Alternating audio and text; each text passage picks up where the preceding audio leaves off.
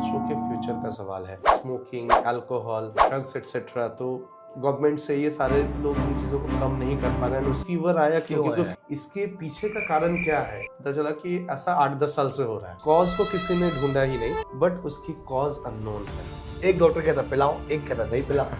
Milk is a complete food, हम पचा नहीं सकते हैं। मैं जब आपको डिटेल्स बोल रहा हूँ, उनका अपना एक थ्योरी, एक बेसिस रहा होगा। मैं एक इम्यूनिटी होती है जो हम लेके पैदा होते हैं। यहाँ भी बहुत सारे वायरस बैक्टीरियाज हैं, बहुत पैंडेमिक है, एपिडेमिक हुए, कोविड फाइट किया है तब भी, किंतु वो वैक्सीन का काम नहीं है। India is a developing country, but US जैसा डेवलप्ड कंट्री में भी वायरल हुआ है। मुझे तो वायरल हुआ है। बट जो डेवलप्ड कंट्रीज है, आज से 1000, 2000, 2500 साल पहले, बीइंग हिंदू, बहुत सारे रिचुअल्स हम लोग फॉलो करते हैं ना। कई बोलते हैं कि सिर्फ वो संत थे, ये बोलना गलत होगा, वो ज्यादा बोलते नहीं है। Accidentally we came to no.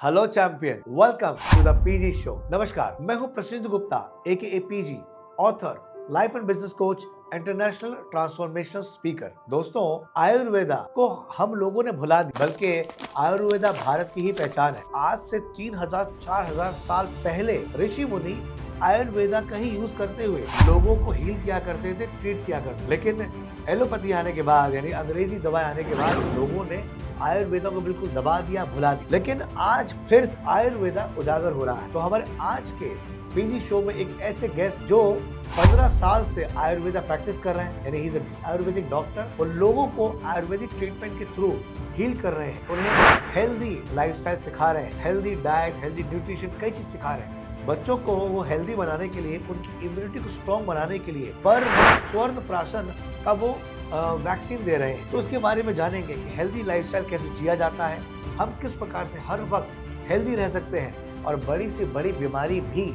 Ayurveda के थ्रू ठीक की जा सकती है। अगर आप इंसोम्निया से जूझ रहे हैं, अगर आपको स्ट्रेस है, एंजाइटी है, तो किस प्रकार आप सिरोथेरा और कई और थेरेपीज हैं आयुर्वेदा में, जिसके जरिए आप अपने आप को ठीक कर सकते हैं। तो आज के एपिसोड में हम जानेंगे और सीखेंगे कि हम अपने लाइफ को बेहतर और किस प्रकार से बना सकते हैं, कैसे खुश रह सकते हैं, कौन कौन सी थेरेपी होती है, कैसी ट्रीटमेंट्स होती हैं, कितने पैसे खर्च होते हैं, और भी बहुत कुछ। So let's welcome our special guest doctor Shashank Chaudhary, who is an Ayurvedic doctor since 15 years. So सबसे पहले हम जानना चाहेंगे कि आपने अपना सफर एज अ डॉक्टर कहाँ से शुरू किया? क्या बचपन से इच्छाएं थी कि बड़े होकर माँ बाप का प्रेशर था कि डॉक्टर बनना है? हुआ क्या एग्जैक्टली ये स्टोरी क्या है?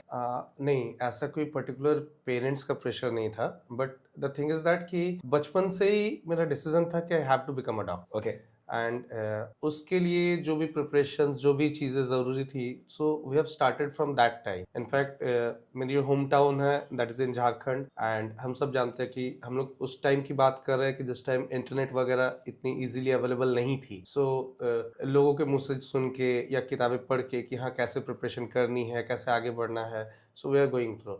And my schooling was Hindi medium. So मैं क्यों बोला कि हाँ specifically we have to, like मेरी प्रिपरेशन उसी समय स्टार्ट हुई। सो जब मैंने ये सोचा कि I have to become doctor, तो उसके लिए मेरे दिमाग में पहला ख्याल तो एक लैंग्वेज का आया कि जब मैं एंट्रेंस एग्जाम दूंगा तो उस वक्त हो सकता है क्वेश्चन पेपर्स, ठीक है, माइट बी कि हिंदी इंग्लिश मिक्स करके हो, बट पढ़ाई की मोस्ट ऑफ बुक्स जो है वो इंग्लिश स्क्रिप्ट में रहेगी। Okay. So that is what after 10th I have chosen to English script. Okay. And it was a kind of challenge, I can say. अभी हो सकता है ये बहुत easy thing है, it's very easy thing to say this nowadays, but उस moment में मुझे याद है हम लोग सिर्फ 3 लोग थे in entire batch जिन्होंने ऐसे अपने स्क्रिप्ट को particularly चेंज किया। एंड यू कैन सी कि आपकी क्लासेस, आपकी बुक्स सारी कुछ हिंदी में, एक अदर लैंग्वेज में है, and you have to translate entire thing by yourself. ना आपके पास वैसे फैकल्टीज हैं, ना वैसी चीज़ें हैं जो आपको सपोर्ट करे कि नहीं ठीक है, you have to go with this and then have to give the exams, and after passing out आगे की चीज़ें। So we did it. मेरे साथ जो और 2 लोग थे उन्होंने इंजीनियरिंग की प्रिपरेशन की थी, एंड दे बिकम इंजीनियर। मेरी मेडिकल की प्रिपरेशन की इच्छा थी, so I cracked at that time. And to become in Ayurveda, to come in Ayurveda, it came with, जैसे हम नीट देते हैं तो उस टाइम में जॉइंट एंट्रेंस एग्जाम्स होते हैं। Okay. So actually this basic graduation course, this is called BAMS. It is Bachelor of Ayurvedic Medicine and Surgery. Okay. So for that आपको जो है post +2 एग्जाम्स क्लियर करने पड़ते हैं. So I give that exams and result आया, उसके बाद फिर admissions process वगैरह शुरू हुई. And एक motivation अगर आप बोले, parents की pressure तो नहीं, लेकिन एक motivation है कि we are traditional वैद्यास. Like जो मेरे forefathers थे वो भी वैद्यास थे. In fact as you know my surname is Chaudhary. तो in Bengalis a particular caste system is there जिसको हम लोग वैद्य बोलते हैं. Okay. So जैसे वैद्य हर जगह होता है अलग अलग स्टेट में, बट बंगालीज में एक पर्टिकुलर कास्ट सिस्टम ही है. तो इनके मतलब हमारे सारे फोरफादर्स जो है वो वैद्य ही थे. Okay. In fact my grandfather was also a Vaidya and fathers के जनरेशन में ऐसा कोई आया नहीं, बट समहाउ फिर my destiny leads me over here and I'm continuing that legacy. Okay. So basically ये रीजन था आयुर्वेदा चुनने का rather than choosing the allopathy, क्योंकि देखिए अभी हमारा समाज इस प्रकार से एलोपैथी की तरफ झुक गया है. देखिए भारत में हमेशा से आयुर्वेदा था, राइट, लेकिन उसको दबा दिया गया, उसको बिल्कुल भुला दिया गया और एलोपैथी ने बिल्कुल ओवरटेक कर लिया चीजों पर. और उसके बाद ये क्योंकि आयुर्वेदा चुनना ये थोड़ा सरप्राइजिंग लगता है कि भाई बट ठीक है, दिस इज रियली ग्रेट कि आपने फोर फादर्स का हो सकता है उन्हीं की सोच थी या वो जीन कहते ना ट्रांसफर, थॉट ट्रांसफर, तो शायद उसकी वजह से हुआ. तो मैं ये जानना चाहूंगा कि आयुर्वेदा और एलोपैथी में क्या फर्क है. सी फर्स्ट तो है एक मोटो. सो इन आयुर्वेदा एंड एलोपैथी सभी डॉक्टर्स का मोटो तो है डिजीज को क्योर करना. But Ayurveda is not only a general medical science कि एक जैसा हम कहते हैं ना कि हमें डिजीज हुआ फिर हम डॉक्टर के पास गए. This is a basic thought. या हम कब सोचेंगे, लेट्स से हमें कोई सामान भी लेना है तो मुझे उसकी जरूरत है, देन विल थिंक कि हाँ ठीक है मुझे इस चीज की जरूरत है, तभी खरीदता है. सो सिमिलरली जो है मुझे भी कोई डिजीज हुआ, कोई परेशानी है, तब मैं एक डॉक्टर के पास जाऊंगा. But Ayurveda is a life style. Okay. अगर मैं इसकी एरा की बात करूं, आपने कहा कि हाँ पहले आयुर्वेदा था, then allopathy has taken over. So अगर आप इसकी पीरियड की बात करें, and I'm just talking about a proper written facts. So it's a 5,000-year-old medical system. Okay. So you can say कि it's the oldest medical system जो था, जो है, and definitely ये आगे भी रहेगा. So exactly 3000 before Christ से जो है हम लोगों की टेक्सचुअल बुक्स या टेक्सचुअल रेफरेंसेस हमें मिलती है जो टाइम टू टाइम लिखी गई हैं, रीप्रिंट की गई हैं, एंड जो भी चीज़ें चेंजेस की ज़रूरत हुई है वो हुई है. And if you say about tech over, देखिए ये तो एक इवोल्यूटरी प्रोसेस है, एक हिस्टोरिकल प्रोसेस है. लेकिन आयुर्वेदा भी एक समय था जब सर्जरी बहुत फ्लेयर अप हुआ था. So initially surgery was the most flare up science of medicine. So आज भी in fact till today the father of surgery says about Sushrut. So Sushrut was the Ayurveda surgeon and Mahर्षि सुश्रुत को ही father of surgery entire world मानती है. In fact allopathy also. Okay. So in this way इस तरह हुई है. फिर एक टाइम पीरियड आया जब बौद्ध का पीरियड आया, तो एट दैट टाइम अहिंसा, शांति, इन चीज़ों के ऊपर बहुत इन चीज़ों को फ्लेयर अप हुआ. तो उस टाइम के सर्जिकल प्रोसीड्योर को लोग थोड़ा अवॉइड करने लगे कि नहीं इसमें जो है हिंसा हो रही है या ये उतनी चीज़ें अच्छी नहीं है. तो उस टाइम जो आयुर्वेदा की मेडिसिनल पोर्शंस थी, तो मेडिसिन डिपार्टमेंट उस टाइम बहुत ही फ्लेयर अप हुआ. ओके. एंड आज के डेट में तो सारी चीज़ों का कॉम्बिनेशन है. Today's era we can not say कि नहीं ठीक है सर्जरी आगे है या मेडिसिन आगे है. अब ये धीरे धीरे इट्स अ टाइम की बाट है कि हाँ जब लेट्स से मुगल्स आए इंडिया, व्हेन दे इन्वेडेड, तो उस टाइम यूनानी मेडिसिन बोल के तो वो फ्लेयर अप हुआ. But Ayurveda was there, is there, and will be there. Okay. So better क्या है इन दोनों में? मतलब like I want to know कि अगर मान लीजिए कोई आदमी जिसे I got it कि आयुर्वेदा इज अ लाइफस्टाइल, लेकिन ये जागरूकता बहुत कम लोगों में है कि आयुर्वेदिक जो है उसके कई सामान हमारे घर पे भी मिलते हैं, राइट, और हम उसका एक लाइफस्टाइल नहीं अपनाते. लोग आपने बात ठीक कही कि आदमी डॉक्टर के पास तभी जाता है जब उसको कोई बीमारी होती है. इसमें से बेहतर कौन सा है कि आयुर्वेदा ज्यादा बेहतर है कि एलोपैथी ज्यादा बेहतर है? देखिए जैसे मैंने पहले भी कहा, बेहतर अपनी अपनी जगह दोनों है, बट दोनों की एक बेसिक डिफरेंस है. आयुर्वेदा में क्या है, it's a science of life. Ayurveda consists of two words. One is Ayu, another is Ved. Ayu means age, yeah, life, we can say in a nutshell. Ved means knowledge. So a science where we are studying about the knowledge of life. Okay. So जैसा मैंने कहा कि जब हमें disease होती है तब हम डॉक्टर के पास जाते हैं, बट इस केस में क्या है, आयुर्वेदा में एक I'll go to a Sanskrit श्लोक जो मैं अक्सर कभी भी कोई डिस्कशन होता है तो यू कैन से कि ये मेरा फेवरेट है कि आयुर्वेदा का जो एम एंड ऑब्जेक्टिव है दैट इज स्वस्थ से स्वास्थ्य रक्षणम आतुरस्य विकार प्रशमन means to keep the health of a healthy person and to cure the disease. So Ayurveda का प्राइमरी एम ही है प्रिवेंशन. ओके. अगर कोई हेल्थ जो है किसी एक आदमी का, कोई एक हेल्दी पर्सन है, आज हम आप बैठे हुए हैं, we are devoid of any kind of disease. अगर हम हेल्दी है तो हमारे हेल्थ को कैसे हम लोग मेंटेन कर सके लॉन्ग टर्म, सो वो हमारा प्राइमरी ऑब्जेक्टिव है. ओके. उसके बाद भी अगर कोई डिजीज हो जाती है देन उसके क्योर के लिए मुझे क्या करना है इस केस में है. सो आयुर्वेदा उसके ऊपर सबसे ज्यादा वर्क करता है. तो वी कैन नॉट से कि नहीं मुझे तबीयत खराब हो तभी मैं डॉक्टर के पास जाऊं या तभी मैं आयुर्वेदा के पास जाऊं. So we can plan in such a way कि नहीं ठीक है, मैं अपने आप को हेल्दी रखने के लिए, एक लॉन्ग टर्म अपने हेल्थ को मेंटेन करने के लिए क्या जरूरत है, तो वो चीजें भी हैं आयुर्वेदा. आई गॉट इट. आप सही कहा कि वो कहता है precaution is better than cure. Exactly. तो वो तकलीफ आने से पहले ही हेल्दी लाइफस्टाइल को मेंटेन कर सकते हैं आयुर्वेदा के थ्रू. तो मुझे इस चीज में एक इम्पोर्टेंट बात बताइए कि जैसे नॉर्मली क्या होता है कि मान लीजिए कोई अभी बीमार हो गया, अब उसको अर्जेंट ट्रीटमेंट की जरूरत है. जो लोगों में मिथ है कि अभी तो केवल एलोपैथी ही ठीक करता है, Ayurveda is a slow process. तो इसमें क्या दोनों का कॉम्बिनेशन करना चाहिए या किस तरफ उस पेशेंट को जाना चाहिए? आज के डेट में हमारे पास बेटर ऑप्शंस है. Better options in the sense कि एटलीस्ट इंडिया में we have allopathy, we have Ayurveda both. Ayurveda में भी कई सारे इमरजेंसी ट्रीटमेंट्स है, बट एट टूडेज टाइम वो बहुत अच्छे से फ्लरिश नहीं है, क्योंकि ये जो आप गैप बोल रहे हैं ना कि टेक ओवर, तो ये क्या हुआ है बीच के कई सालों में. सो कई सालों इन द सेंस कि बीच के 50-100 साल 150 सालों में रिसर्च की एक कमी हो गई. मतलब बहुत सारी चीजें थी जो रेगुलर प्रैक्टिस में नहीं रही, तो जिस वजह से पीपल आर मोर किंटू, जिनको क्रॉनिक डिजीजेस हैं वो ज्यादा आयुर्वेदा में आते हैं. बट जो एक्यूट डिजीज है उसको भी ठीक किया जा सकता है. ओके. जैसे इन अ सेंस जैसे मान लीजिए प्लेन कफ एंड कोल्ड, ये वायरल कफ एंड कोल्ड. तो if you are just suffering from cough and cold you can visit, but usually people are not going to हाँ, वो कि मुझे normally- कफ एंड कोल्ड हुआ है तो मैं किसी आयुर्वेदा डॉक्टर को दिखाने जाऊं, ऐसा लोग नहीं सोचते हैं. एंड इंडिया में तो एटलीस्ट नहीं सोचते हैं, क्योंकि हमारा प्राइमरी एम रहता है मोस्ट ऑफ केसेस कि ठीक है थोड़ी सर्दी खांसी हुई है, हम directly go to the pharmacy and मैं बोलता हूँ कि ठीक है सर्दी हुई है मुझे कोई दवा दे दीजिए. तो ये तो एक बहुत बड़ी इशू है without knowing the side effects और the effects of that drug.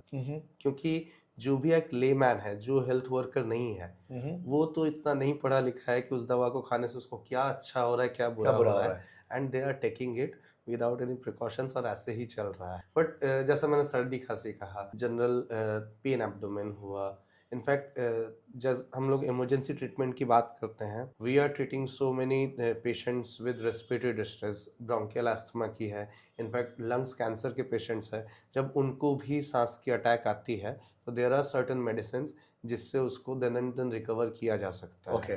तो इस तरह कई सारी इमरजेंसी ट्रीटमेंट्स है आयुर्वेदा में. अब ये डिपेंड करता है कि हाँ किस स्टेज में जा रहा है, किसको दिखा रहा है. हाँ अब मान लीजिए someone is travelling through a bike और समथिंग, एक एक्सीडेंट हो जाता है, तो उस केस में तो उनको ऑब्वियसली हॉस्पिटल ही रश करना चाहिए.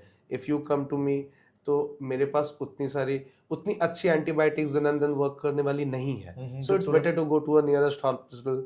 या अगर एक सर्जरी, एक बाईपास सर्जरी की रिक्वायरमेंट है तो definitely they should go to the cardiologist. तो जो भी उनकी टीम है तो अकॉर्डिंगली लोगों को डिसाइड करना है. ओके. तो मतलब मान लीजिए कोई इमरजेंसी वाला, जैसे आपने कहा कि कुछ चीजें Exactly. हो जाती है तो ऑफ कोर्स वो एलोपैथी की तरफ ही भागेगा, लेकिन साथ में आयुर्वेदा भी ले सकता है क्या कि बेटर रिजल्ट के लिए, कि फिर उसको एलोपैथी ही कंटिन्यू करना चाहिए? नहीं, ये दोनों को साथ में लिया जा सकता है. ये डिजीज की इनफैक्ट हम लोग करते भी हैं.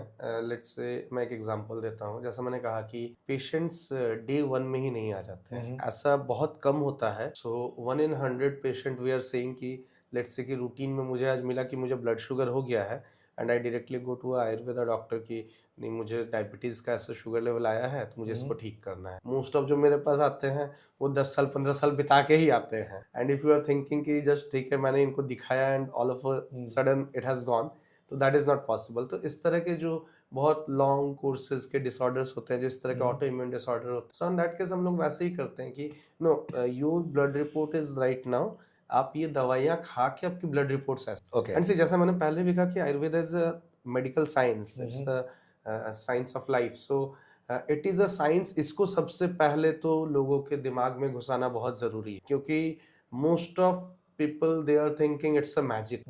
जब मुझे कहीं से कुछ नहीं मिला तो मुझे लगता है कि आयुर्वेदा जाना चाहिए. हम लोग बहुत सारे कैंसर के ऐसे पेशेंट देखते हैं विच केम टू स्टेज 4, तो वो देखा जाता है कि नहीं, ऑन्कोलॉजिस्ट ने बोल दिया कि अब आप इन्हें घर ले जाइए, वट एवर द टाइम, बस आप इनके साथ अच्छा बिताइए। At that time they are thinking कि नहीं, एक बार ट्राई करके देख लेते हैं। So if it is there, almost there, तो उसको फिर से वापस लाना इट्स वेरी डिफिकल्ट। बट अगर हम प्राइमरी चीजों में ही ठीक कर ले चीजों को कि हाँ ठीक है, मुझे जस्ट डिजीज अभी हुआ है, तो हम लोग उस चीजों को बहुत अच्छे से समझ गए, and with a very lesser period. ये जो लॉन्ग टर्म वाली चीजें हैं, अगर एक डिजीज को बनने में 10 साल बना है, तो उसको ठीक होने में कम से कम 2 साल तो लगेंगे। I got. सो मतलब ये है कि अगर आदमी को जो आयुर्वेदा का जो सोल्यूशन है दैट इज परमानेंट, राइट, उसके रिजल्ट ज्यादा अच्छे हैं रादर देन, क्योंकि इसका कोई साइड इफेक्ट नहीं है, correct? There is no symptomatic treatment ना। मतलब मुझे सर दर्द हो रहा है एंड मैंने एक सर दर्द के लिए दवा खा लिया, वो ठीक हो गया, तो there is no as such that kind of symptomatic treat. आप किसी भी आयुर्वेदा डॉक्टर के पास जाइए,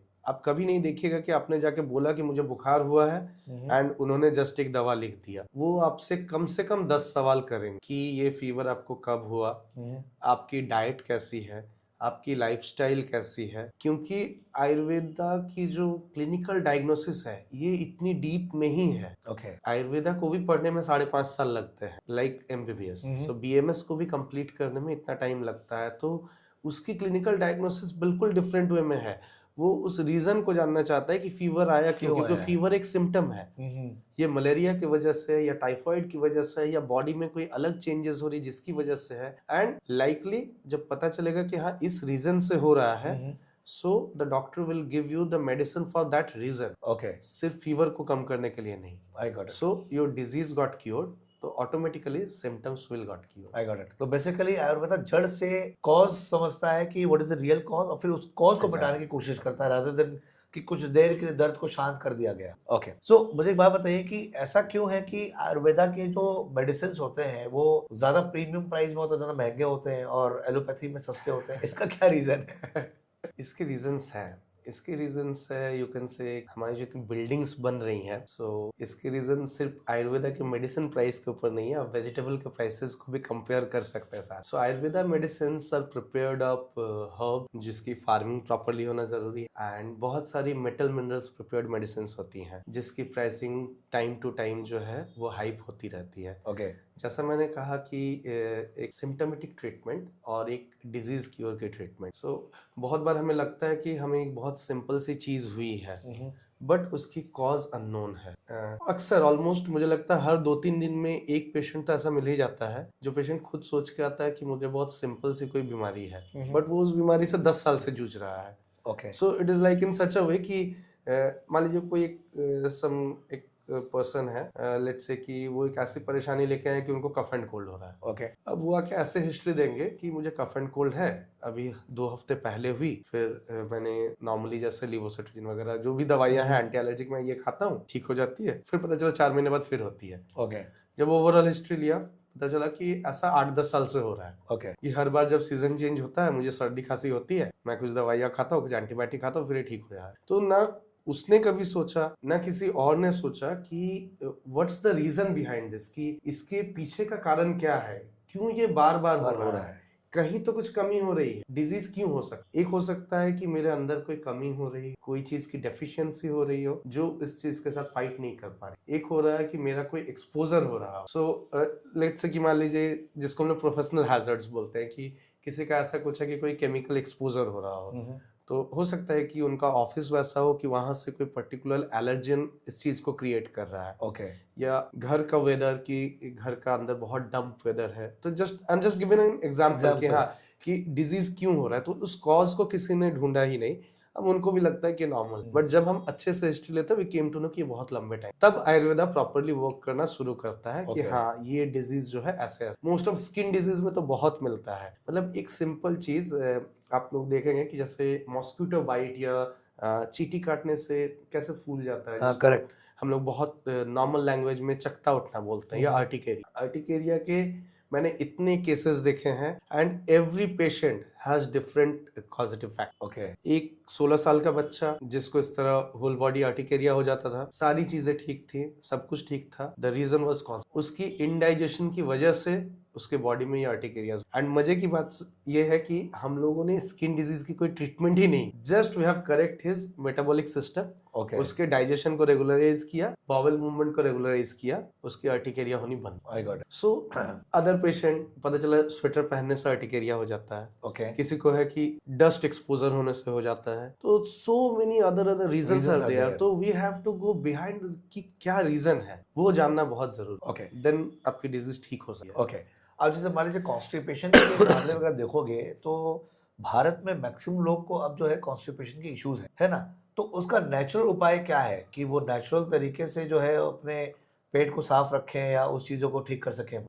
मेनली तो जो आयुर्वेदा कहता है कि दिनचर्या, जिसको हम लोग बोलते हैं, थोड़ा थोड़ा अगर हम लोग अपने डेली रेजिमेंट को मेंटेन करें तो वो बहुत अच्छा होगा। सो लाइक जैसे सम सॉर्ट ऑफ एग्जांपल्स की हम लोग जब सुबह उठ रहे हैं तो उठ के खाली पेट में हम लोगों ने एक गिलास थोड़ा हल्का गुनगुना गर्म पानी, lukewarm water, glass of lukewarm water, ठीक है तो ये क्या करेगा, ये आपके डाइजेशन को तभी से, because you have taken dinner around 10 a.m. or 9 a.m. or 8 sorry 10 p.m. 9 हाँ, p.m. right, or correct. 8 p.m. whatever the time being, तो एक लंबा टाइम पीरियड रह रहा है, ऑलमोस्ट 10-12 घंटे का रह रहा है, तो डायरेक्टली कोई फूड नहीं इनगल्फ करके अगर हम लोग सुबह सुबह खाली पेट में एक गिलास गुनगुना गर्म पानी पी ले तो आपके सिस्टम को धीरे धीरे एक्टिवेट करता है, ओके तो ये डाइजेशन प्रोसेस को ठीक करने में हेल्पफुल होता है। ठीक है इसके अलावा दिन भर में प्लेंटी ऑफ वाटर, यानी एक आदमी को एटलीस्ट दिन भर में 2 से 3 लीटर वाटर इंटेक होना चाहिए। ओके और जो ऑल ल्यूकवार्म वाटर और नॉर्मल वाटर, नॉर्मल वाटर, ठंडा पानी भी पी सकते पर्सन टू पर्सन डिफर करता है, ठंडा पानी भी पीता है, कोई परेशानी नहीं। तो ओके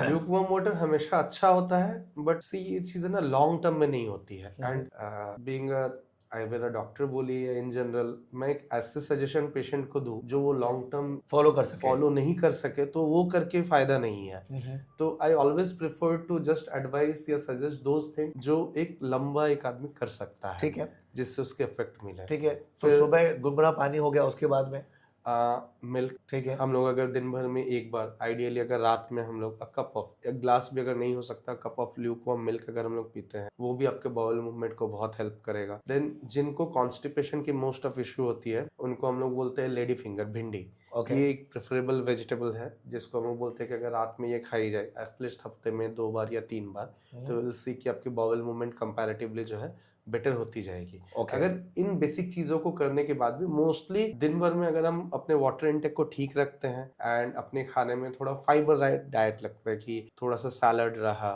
या मान लीजिए जो साग रहा रेगुलरली, लेट्स से कि ठीक है आज मैंने सैलड खाया, कल हमने थोड़ा साग या लीफी वेजिटेबल्स ऐड किया, तो इस तरह का फूड चेंज कर करके अगर लेते हैं तो in most of cases bowel normalize हो जाता है। अच्छा अभी काफी कई वीडियोस ऐसे आते हैं जहाँ पे कहा जाता है कि भाई दूध अच्छा नहीं होता, दूध में ज्यादा, जैसे एक इंसान के शरीर में नॉर्मली दूध को पचाने के लिए जैसे 1 कैलोरी ही पचा सकता है हमारा लीवर, उतना ही फिल्टर कर पाता है, लेकिन वो केवल माँ के दूध में पाया जाता है। उसके अलावा जो दूध आता है उसमें 6 कैलोरीज होता है जो हमारा बॉडी प्रॉपर फिल्टर नहीं कर पा रहा है। तो उसमें आप क्या कहना चाहोगे कि ये जो वीडियोस आ रहे हैं ये गुमराह करने वाले वीडियोस हैं दूध को लेकर, या उसमें क्या सच्चाई क्या है उस दूध को लेकर? क्योंकि देखिए इसमें लिटरली बहुत बहुत कंफ्यूजन है। हमें भी लगता है कि हम अपने बच्चों को दूध पिलाएं कि नहीं पिलाएं, एक डॉक्टर कहता पिलाओ, एक कहता नहीं पिलाओ, तो एग्जैक्टली सच क्या है?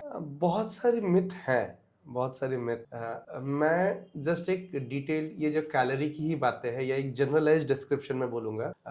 एज पर द WHO हम लोग जो है कंप्लीट फूड, किसी किसी एक कैटेगरी ऑफ फूड है जिनको हम लोग कंप्लीट फूड बोलते हैं। Egg is a complete food, milk is a complete food, तो ये जो 2 चीजें हैं इसको हम लोग कंप्लीट फूड के कैटेगरी में रखते हैं। Okay. So in my opinion दूध कहीं से भी ऐसी कोई परेशानी का कारण नहीं। एंड जहां तक रही बात कि ये जो मिथ है कि हम पचा नहीं सकते हैं, तो ये तो वेज नॉन वेज में भी आता है। तो दोज हु आर वेजिटेरियन, तो जो इस तरह प्रोपागेट करते तो वो कहते हैं कि हमारे कैनाइंस नहीं है, तो we are not build up on that, इसीलिए हम लोग बॉइल करके खाना खाते हैं। So that's a complete different discussion, तो वो तो बिल्कुल एक अलग ही डिस्कशन है। बट इन अ नटशेल जो आपकी क्वेरी है, ये जो बहुत सारे लोगों की क्वेरी है, so milk is a complete food.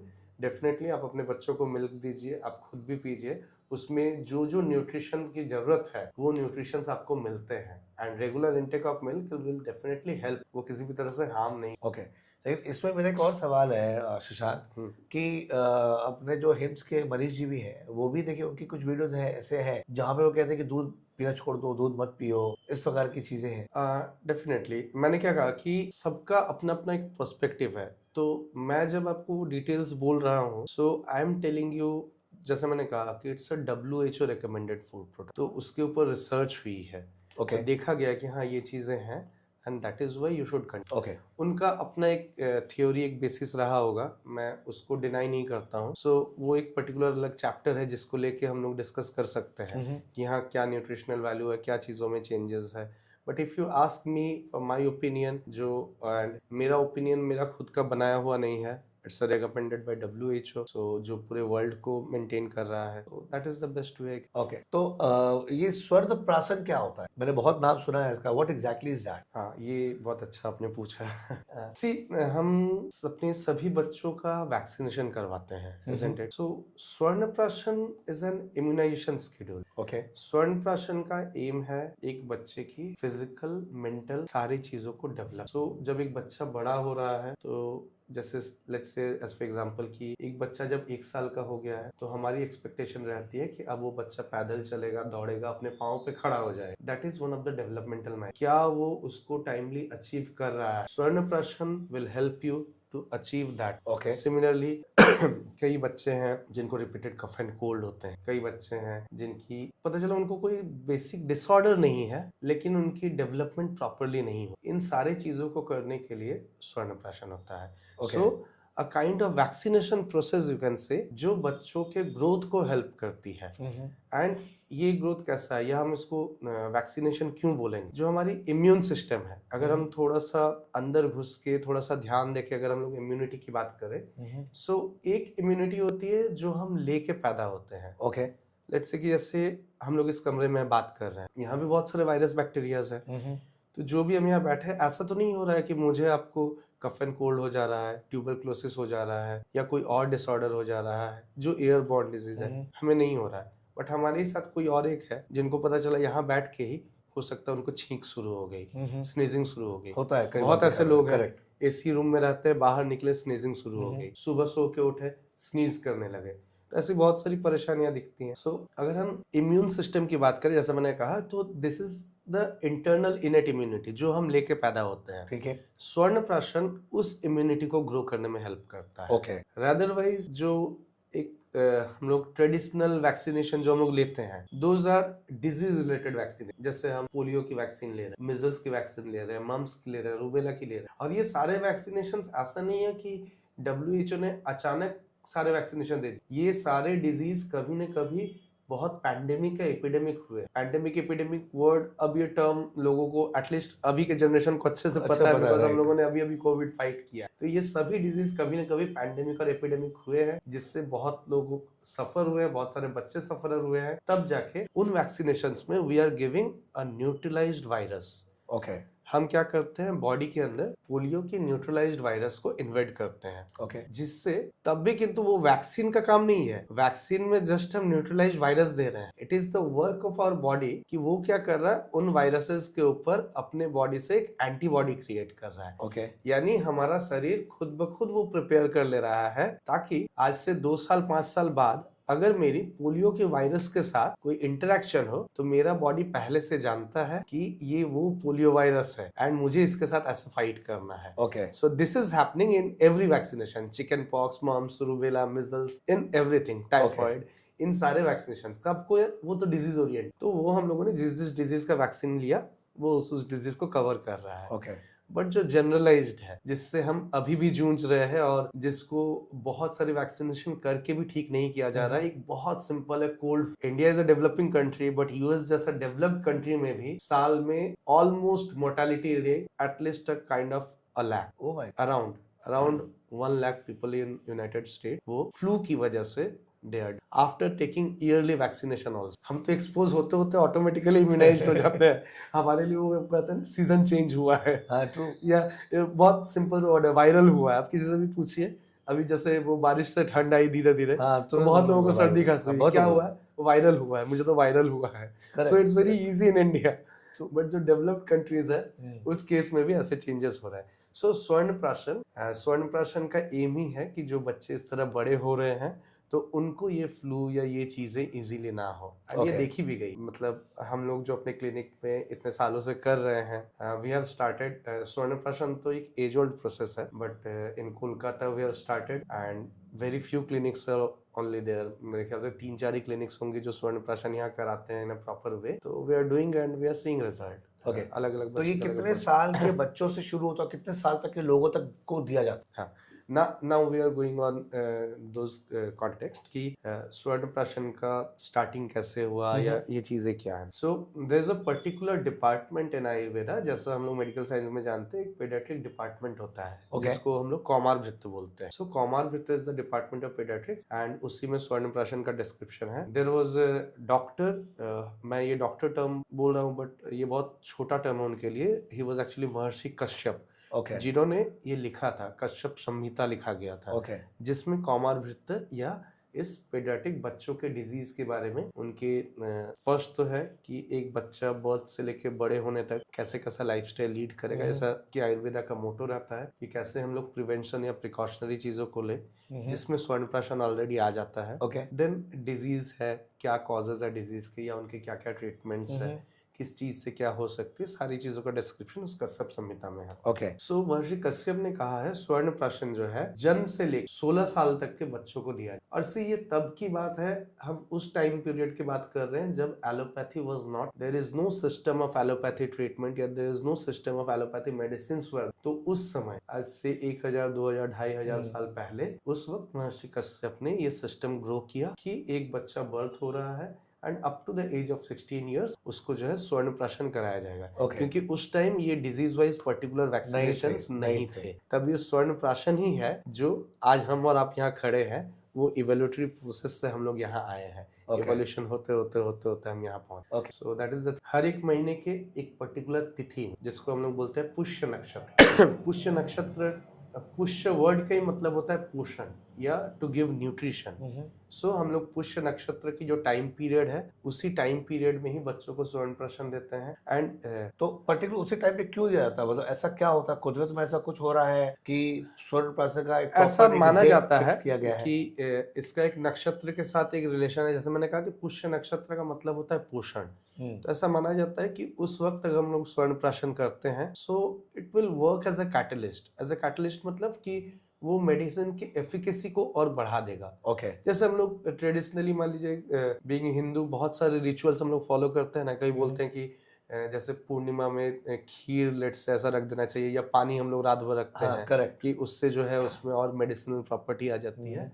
तो नक्षत्र का भी रिलेशन बिल्कुल वैसा ही है कि उस टाइम पीरियड में अगर हम करते हैं तो it is getting benefited more. So that is why and see they were like sages, वो संत थे। तो डेफिनेटली उन्होंने जब इस चीज को कहा होगा तो सिर्फ वो संत थे ये बोलना गलत होगा, दे वर साइंटिस्ट आल्सो। तो उन्होंने रिसर्च किया एंड उसके बेस में, क्योंकि हमें तो उनकी रिजल्ट आज भी मिल रही है। सोचिए आज से 50-100 साल पहले अगर हम अपने घर के किसी ट्रेडिशन को देखें तो हो सकता है हमारे घर में 100 साल पहले एक अलग ट्रेडिशन था, आज एक अलग ट्रेडिशन है। बट उन्होंने जो 2000 साल पहले लिखा वो आज भी उसी तरह कायम है या उसका रिजल्ट आज भी उसी तरह में मिल रहा है। सो दिस आर जिसको आयुर्वेद में शाश्वत बोला जाता है या इटर्नल बोला जाता है कि हाँ it will be eternal in future. तो अब इसका फायदा क्या होता है? जैसे मान लीजिए बच्चों को 1 साल से लेकर हमने 16 साल तक को दिया, रेगुलरली किसी बच्चे को दिया या किसी बच्चे को हमने लेट भी शुरू किया सपोज, तो इसका लॉन्ग टर्म में फायदा क्या होता है? जिस बच्चों को जिस चीज की कमी हो रही है ये उस चीज को ठीक करता है।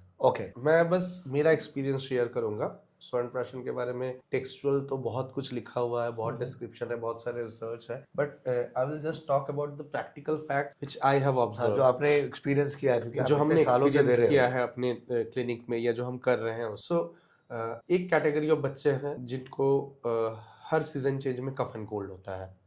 एक कैटेगरी ऑफ बच्चे हैं जो थोड़े आप बोल सकते हैं कि अपने क्लासेस में लाइक इंट्रोवर्ट काइंड ऑफ हैं, वो ज्यादा बोलते नहीं है, ज्यादा बात नहीं करते हैं, ज्यादा सबके साथ घुलते मिलते नहीं है। एक कैटेगरी ऑफ बच्चे हैं जिनको कैटेगरी ऑफ ADHD बोला जा सकता है, हाइपर एक्टिव, जो बहुत ज्यादा हाइपर एक्टिव है।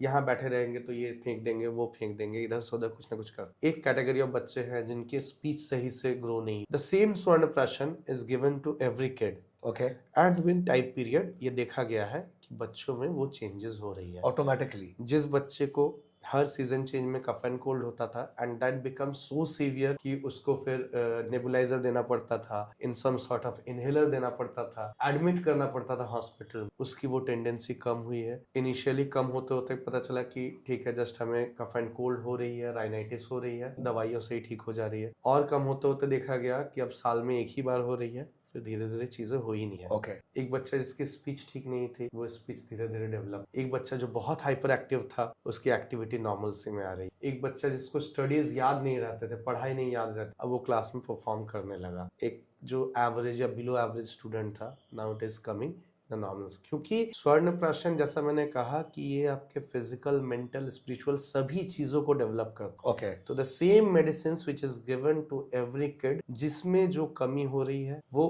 उस चीज को ठीक। ओके। सो बेसिकली ये इम्यूनिटी तो बढ़ा ही रहा है, बेसिकली ब्रेन पे भी काम कर रहा है। सभी चीज ब्रेन पे Okay. भी बहुत अच्छा। इनफैक्ट मैं एक एक्सपीरियंस शेयर करूंगा जो आपने अभी पूछा ना थोड़ी देर पहले। So it was a COVID time. ये बोल सकते हैं कि आप accidentally we came to know. Okay. So there was a girl जिसकी स्वर्ण प्राशन हो रही थी and almost I think she was 14-15 years age. Okay, तो up to the age of 16 years होती है तो she was going on and उसके घर में सभी को कोविड हुआ। There are 4 people family. So mummy papa को हुआ, बड़ी दीदी को हुआ। She has not got effect in a same premises. वो वहां रह के उसकी जो है आरटीपीसीआर टेस्ट कभी पॉजिटिव नहीं and we came to know accidentally. So Okay. ऐसा कोई एम नहीं था, मैंने कभी क्लेम भी नहीं किया था उस मोमेंट में कि स्वर्ण प्राशन जो है कोविड को प्रिवेंट कर सकता है, but we came to know कि हाँ ऐसा ऐसा हुआ है। वो तीनों क्वारंटाइन है बट उसको कोई परेशानी नहीं हो रही है एंड आगे भी नहीं हुई। तो they are very known to, जान पहचान हो गई थी। So we came to know. So it's a kind of greater result we can say of Swarnaprashan apart from those regularised thing.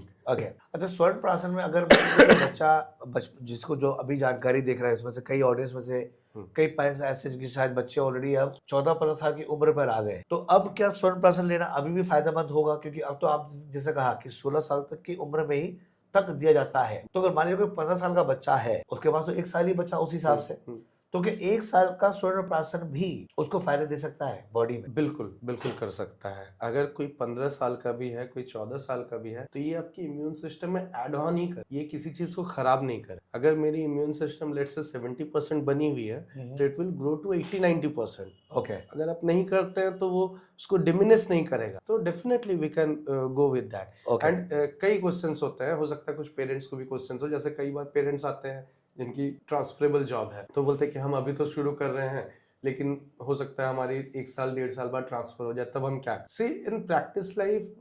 To every parents we are saying कि पहले आप 6 months के लिए कंटिन्यू कीजिए। 6 महीने में यू केम टू नो कि हाँ क्या रिजल्ट हो रही, then if you can continue you continue. अगर आप नहीं भी करते हैं तो वो आपको कम नहीं करे। जितनी इम्यून सिस्टम ग्रो हुई है एटलीस्ट वो तो बनी रहेगी। एंड पीपल करते हैं। अब तो धीरे धीरे चीजें इजी हो गई हैं, तो जैसे जो बाहर चले जाते हैं हम लोग उनको भी स्वर्ण प्राशन भेज देते हैं। सो स्वर्ण प्राशन घर में भी खिलाया जा सकता है। तो बहुत सारे पेरेंट्स हैं जिनको जो है हम लोग घर में इस तरह भेज देते हैं। बट हमारा मेन एम, मतलब श्री वेदा का जो हमारा क्लिनिक है, जो हमारी यूनिट है, उसकी जो प्राइमरी ऑब्जेक्टिव है वो है इन बच्चों का growth. That is why we have planned it in such a way कि एक मेडिकल कैंप जैसा करते हैं। Okay, and we took it very seriously, क्योंकि पुष्य नक्षत्र का डे हर मंथ अलग अलग होता है। कई बार ऐसा होता है कि जिस दिन क्लिनिक का जनरल ऑफ डे हो उस दिन भी पड़ गया हो, तो ऑन दैट केस हम लोग सारी चीजों को शिफ्ट करते हैं कि स्वर्ण Prashan is that much mandatory for us, क्योंकि ये बच्चों के फ्यूचर का सवाल है। हो सकता है स्वर्ण प्राशन एक बहुत छोटा सा बहुत इजी प्रोसेस है, बट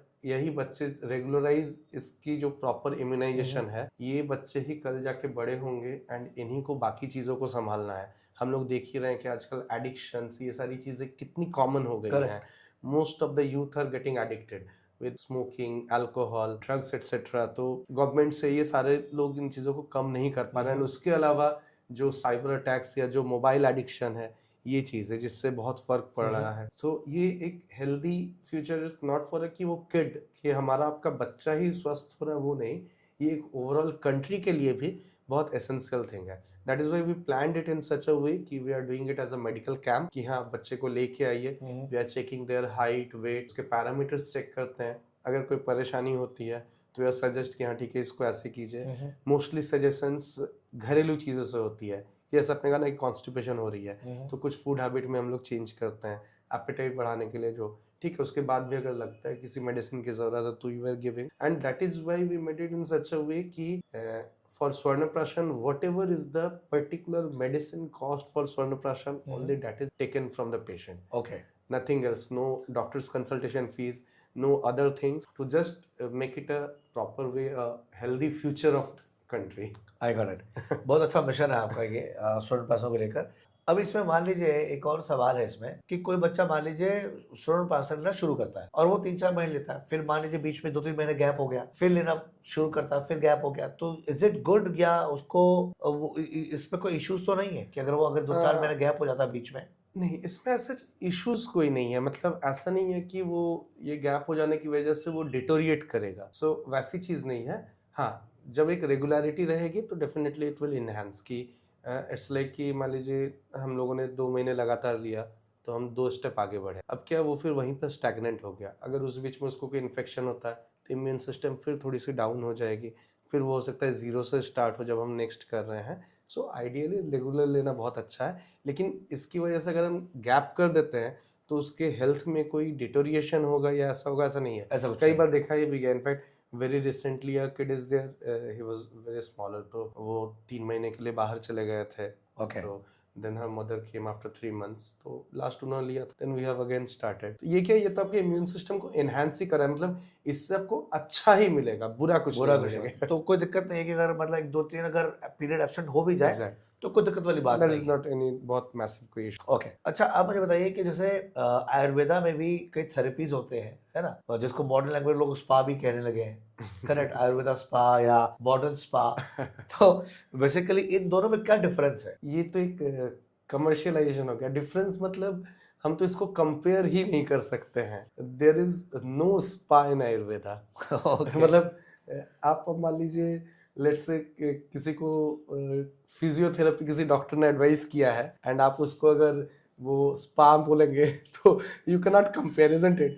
तो ये तो हमारी मेंटेलिटी है कि हमने जो है उस तरह करके कमर्शियलाइज करके एंड स्पा स्पा बोल दिया है, बट इसमें कुछ कंपेयर नहीं किया जा सकता, इसलिए मैं इस सवाल का तो प्रॉपरली कोई जवाब दूंगा ही नहीं। हाँ, बट मैं थेरेपीज के बारे में, जो ट्रीटमेंट्स है, जो आयुर्वेदा की पंचकर्मा है, जो ट्रीटमेंट्स है, मैं उसका डिस्क्रिप्शन जरूर दूंगा, सो दैट कि पीपल को वो क्लैरिटी हो कि आयुर्वेद के नाम पे बहुत सारे ऐसे सेक्शंस है, बहुत सारी ऐसे गलत चीजें हैं, एंड स्पा के नाम पे बहुत सारी गलत चीजें हो रही है, वी नो। मुझे लगता नहीं कि उस चीज में डिस्कस करना बेटर रहेगा, तो we just keep that apart. But what is therapies in Ayurveda in a nutshell, एक जनरल लेमैन आदमी को समझने के लिए कि हाँ क्या है वो। सो पहले हमें समझना होगा कि जैसा हम लोग अब तक प्रिवेंशंस या प्रिकॉशंस को लेकर बात कर रहे थे, तो अब तक हमारी डिस्कशन इस बेस में थी कि हम डिजीज को होने ही ना दें फ्रॉम चाइल्डहुड। अब हम किसी का स्वर्ण प्राशन करा रहे हैं तो हम उसकी इम्यून सिस्टम को उतना डेवलप कर दे रहे हैं कि उसको कोई मेजर डिजीज हो ही नहीं रही है, लेकिन विद टाइम डिजीज डेवलप हो सकती है। या बहुत सारे ऐसे लोग हैं जिनको ऑलरेडी कई सारे डिजीजेस हैं, दोज हु आर सफरिंग। हाँ, जो 40s में है, 50s में है, एग्जैक्टली, कि उस समय तो भाई स्वर्ण प्राशन नहीं था, तो एग्जैक्टली, अब तो वो डिजीज से गुजर ही रहे हैं। Correct correct. ठीक है। सो इस केस में क्या है, अगर एक जो ट्रीटमेंट या जिसको चिकित्सा टर्म हम लोग हिंदी में यूज करते हैं, आयुर्वेद में, संस्कृत में, सो ये 2 तरह के आयुर्वेद में होती है। एक होती है शोधन चिकित्सा, एक होती है शमन चिकित्सा। ओके। शोधन is a kind of purification, a complete curative. Okay. शमन जिसमें हम लोग बोलेंगे कंजर्वेटिव ट्रीटमेंट या अ पैलिएटिव ट्रीटमेंट। Okay. ठीक है। सो अगर कोई डिजीज वेरी एक्यूट केस में, जैसा हम लोग बोलते हैं कि जो कि जिसकी रेशियो बहुत कम है, कि मुझे अभी कोई बीमारी हुई और मैं आयुर्वेदा डॉक्टर के पास आया, तो in most of cases some doses से ही हो जाती है। मतलब मुझे पता चला कि अभी जस्ट बुखार हुआ, मैं जाके डॉक्टर से मिला कि हाँ ठीक है, कल मैं बारिश में भीग गया था, मुझे भी बुखार हुआ है, तो लाइक अदर डॉक्टर्स हम भी हो सकता है 2-3 दवाइयाँ देंगे और देखेंगे कि हाँ ठीक है वो ठीक हो गया। बट अगर कोई डिजीज, जैसा हम पहले हम लोग प्रोग्राम के स्टार्टिंग में बोल रहे थे कि कोई 10 साल से हर 2-3 महीने में कंटिन्यूअस एक डिजीज हो ही रही, दवा खा रहे हैं, ठीक हो रहा है, फिर वो स्किन इश्यूज, बहुत सारे स्किन इश्यूज है, बॉडी में रैशेस हो जाते हैं, इचिंग होती है, खा रहे हैं, दवा खा रहे हैं, एंड आप अगर थोड़ा गौर करेंगे, थोड़ा डीप घुसेंगे, तो आपको मिलेगा एक लाइन से जो बिल्डिंग्स है ना, तो हर एक फैमिली में हर 2 से 3 फैमिली बाद एक आदमी तो ऐसा मिल ही जाएगा जो रोज रात में एक एंटी एलर्जिक, एंड मैं ये लिख के दे सकता हूँ because I am seeing it इन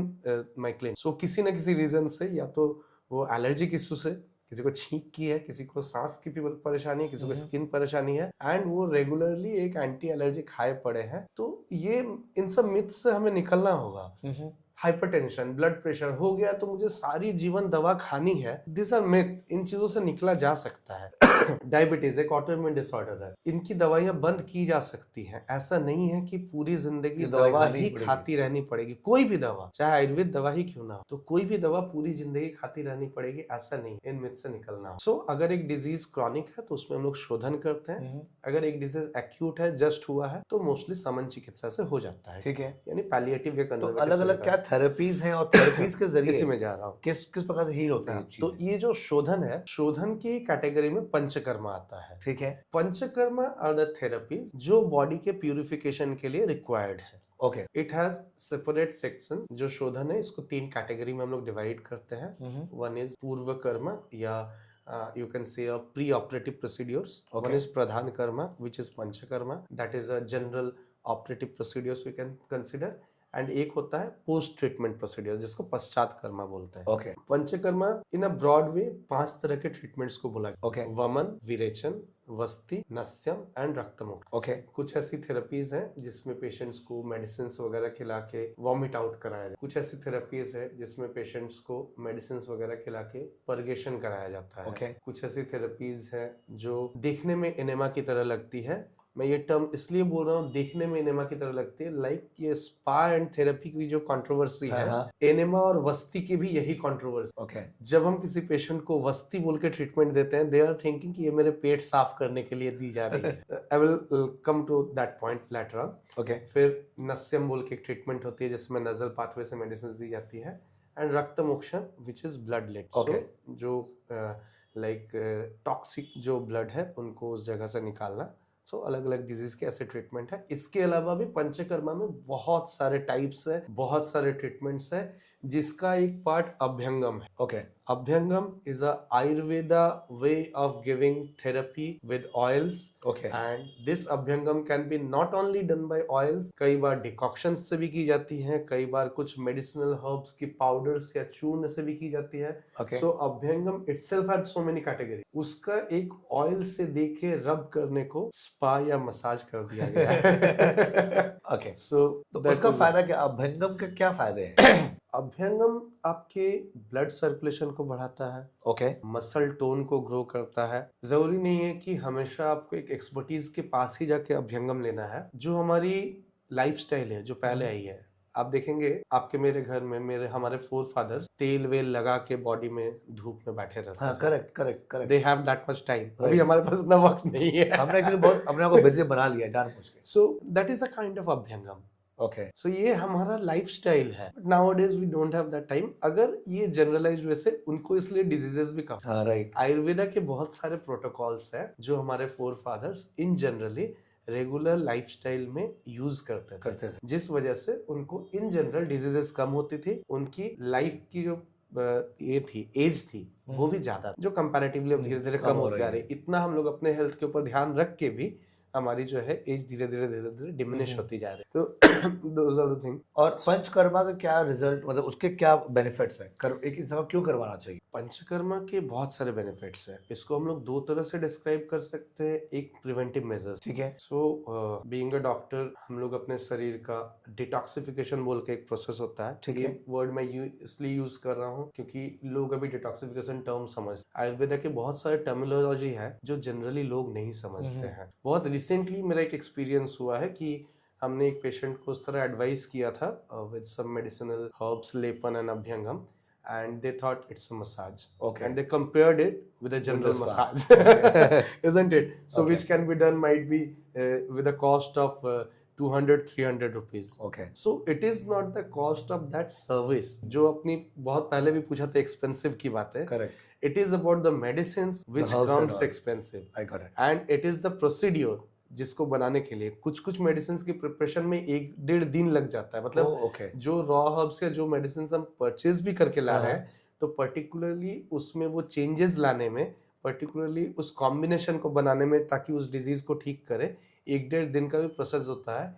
तो जो थेरेपिस्ट या जो टीम जो है इंटरनली, मतलब इट्स उस तरह का आप कह सकते हैं कि आज आप मुझे दिखाने आए, मैंने देखा, I have advised you a treatment and might be on the very same day I can not give you that treatment. हो सकता है उसके लिए मुझे उस मेडिसिन को प्रिपेयर करना होगा, पर्टिकुलरली उस डिजीज को, उस लेवल को ठीक करने के लिए, एंड उस प्रिपरेशन में 1 से 2 दिन टाइम भी लगता है। एंड सोचिए, मतलब ये जस्ट मैं अपना एक प्रैक्टिकल एक्सपीरियंस शेयर कर रहा हूँ कि आप एक मेडिसिन को 1.5 दिन से तैयार कर रहे हैं for a simple half an hour या 1 घंटे के एक ट्रीटमेंट के लिए, and due to some reason हो सकता है पेशेंट आए ही नहीं आए, बहुत सारे रीजंस होते हैं, हाँ, हो सकता है। प्रैक्टिकली बहुत सारी चीजें होती Correct, हैं, correct. सो आपकी सारी मेहनत बेकार, अच्छा, and okay. You can not blame anyone. तो वो मेडिसिन खराब हो जाता है बेसिकली। ऑब्वियसली उसको तो नहीं कर सकते, उसको फेंकना ही है। ओह, okay. That comes with a cost, that comes with a hard work, that comes with a effort. I got it. And ये हार्ड वर्क सिर्फ जो टीम रेडी कर रही है वो नहीं, इसके पीछे जो हमारी इतनी साल की मेहनत है, जो हमें इस योग्य बनाती है सोचने के लिए कि इस डिजीज में इस दवा की जरूरत है, ये थॉट प्रोसेस को ग्रो करने के लिए। एक डॉक्टर, जब ये कहते हैं ना कि एक ऐसा प्रोफेशन है डॉक्टर लॉयर की, जब समय बढ़ता है, बूढ़े होते हैं तो और एक्सपीरियंस बढ़ती है, सो वो एक्सपीरियंस ऑब्जर्व करते करते गेन होता है। आज से 10 साल पहले जब मैं प्रैक्टिस में था, I am practicing since 2010, now it is 2025, 15 साल हो गए। तो जब मैं अपने इनिशियल फेज के प्रैक्टिस में था तो हमसे बहुत सारी गलतियां होती थी, या हमारा थॉट प्रोसेस वहां जा ही नहीं सकता था। हो सकता है मुझे बहुत चेक करना पड़ता था डीप में जाके, क्या यहाँ ऐसे हो रहा है, वहां ऐसे हो रहा है, बट अभी हो सकता है पेशेंट की हिस्ट्री देख के, या जब वो पैदल घुस रहे देख के, वो जो गेट, वो पोस्चर है, बॉडी लैंग्वेज वो देख के ही समझ में आता है कि इनको ये परेशानी है या इनको ये सिवियरिटी है। सो वो ओवर द इयर्स गेन हुआ है। सिमिलरली जो उनकी ट्रीटमेंट एडवाइस है वो ओवर द इयर्स गेन हुई है। आज से 15 साल बाद और गेन होगी। सो ये एंटायर चीज वो पता चला कि वेस्ट हो जाता, but you can not say that's a part of life.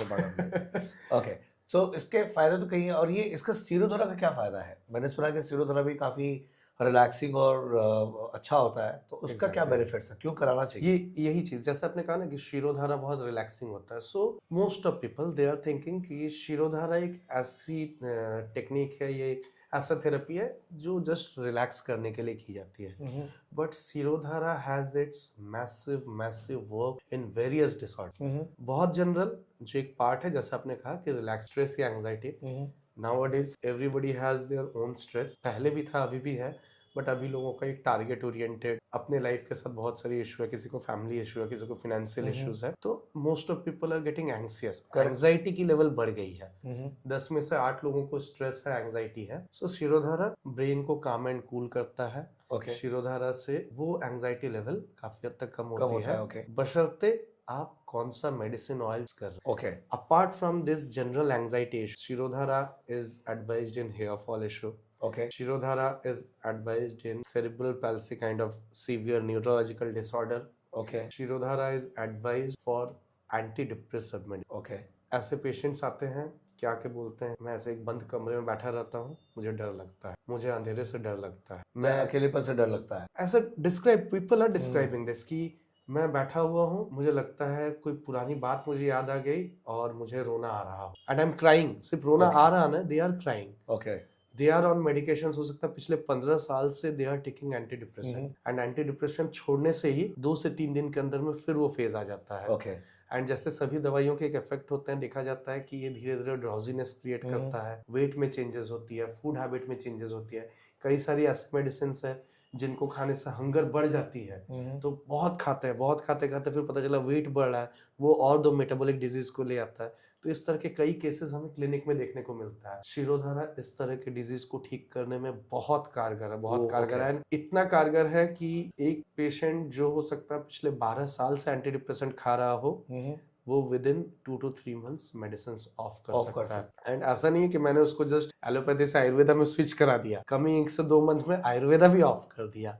And people are there, whatever I am telling, I am not telling you कि कोई मैं सपने की बात कर रहा हूँ, ये जो पेशेंट की जो एक्सपीरियंसेस है, जो हम लोग ट्रीट कर रहे हैं, जो पेशेंट्स के साथ हो रहा है, I am just telling you those things. I got it, great. So Shirodhara के कई फायदे हैं, क्योंकि मैंने लिया है शिरोधारा, लेकिन मुझे उसके बेनिफिट्स नहीं बताते, because it was very relaxing. यार अच्छा तो बहुत लग रहा है। हाँ, अब मैं सो जाता हूँ, मैं तो 5-6 बार जैसे क्रॉनिक इंसोम्निया, एक बार मैंने एक पेशेंट देखे थे जो 3.5 महीने से नहीं सोए। ओके, इज व्हाट जस्ट आप मतलब बिल्कुल एल्डरली भी नहीं बोलेंगे, जस्ट 50s में। Almost in between 50s 60s। So he told कि मैं 3.5 महीने से नहीं सोए and we did Shirodhara. First session नहीं सोए, सेकेंड सेशन नहीं सोए, मोस्ट प्रोबेबली हो गया ये ऑलमोस्ट 1.5-2 साल पहले की बात है। बाय 4th और 5th सेशन फर्स्ट वो हमारे ट्रीटमेंट रूम में ड्यूरिंग ट्रीटमेंट ही सो गॉट गए। Sleep. Okay, so that was the initial achievement, चलो इनको नींद तो आई। एंड दैट शिरोधारा, उसकी जो मेडिसिन प्रिपरेशन थी उसको प्रिपेयर करने में भी 2 दिन लगे। It Oh, was not okay. Oil. इसके लिए स्पेसिफिकली जो आयुर्वेद में बोला गया है, we arranged buffalo milk, Okay. उसको बहुत सारे मेडिसिनल हर्ब के साथ वी प्रिपेयर्ड, ओके, उस तरह डिकॉक्शंस बनाया गया, देन उसको ऑयल के साथ कंबाइन किया गया, then we did that. Okay, so that's why फिर उसके बाद उसकी हमें रिजल्ट मिली। I got it. So Shirodhara, like every Panchakarma treatment, क्या मेडिसिन दी जा रही है वो बहुत एसेंशियल है, essential एंड है। That choice of medicine depends on your chronicity of. अब डिपेंड करता है अलग हर आदमी के ऊपर में। ओके, आपको जनरल स्ट्रेस है, यू कैन गो शिरोधारा, आपको हेयर फॉल है, गो शिरोधारा, तो सभी कर चीजों में सकते दी हैं। जाती है। क्योंकि मैंने एक चीज देखी है कि मैंने जितनी बार लिया शिरोधारा, 4-5 बार लिया, तो मैं तो वहीं सो गया था। मैं तुरंत सो गया, मतलब विदिन 4-5 मिनट्स मुझे लगा कि नींद आ गई तुरंत। नहीं, हम लोग प्रैक्टिकली वैसे ये चीज भी बहुत फेस करते हैं कि पेशेंट आर आस्किंग कि व्हाई इट इज एक्सपेंसिव, या ये ट्रीटमेंट इतना।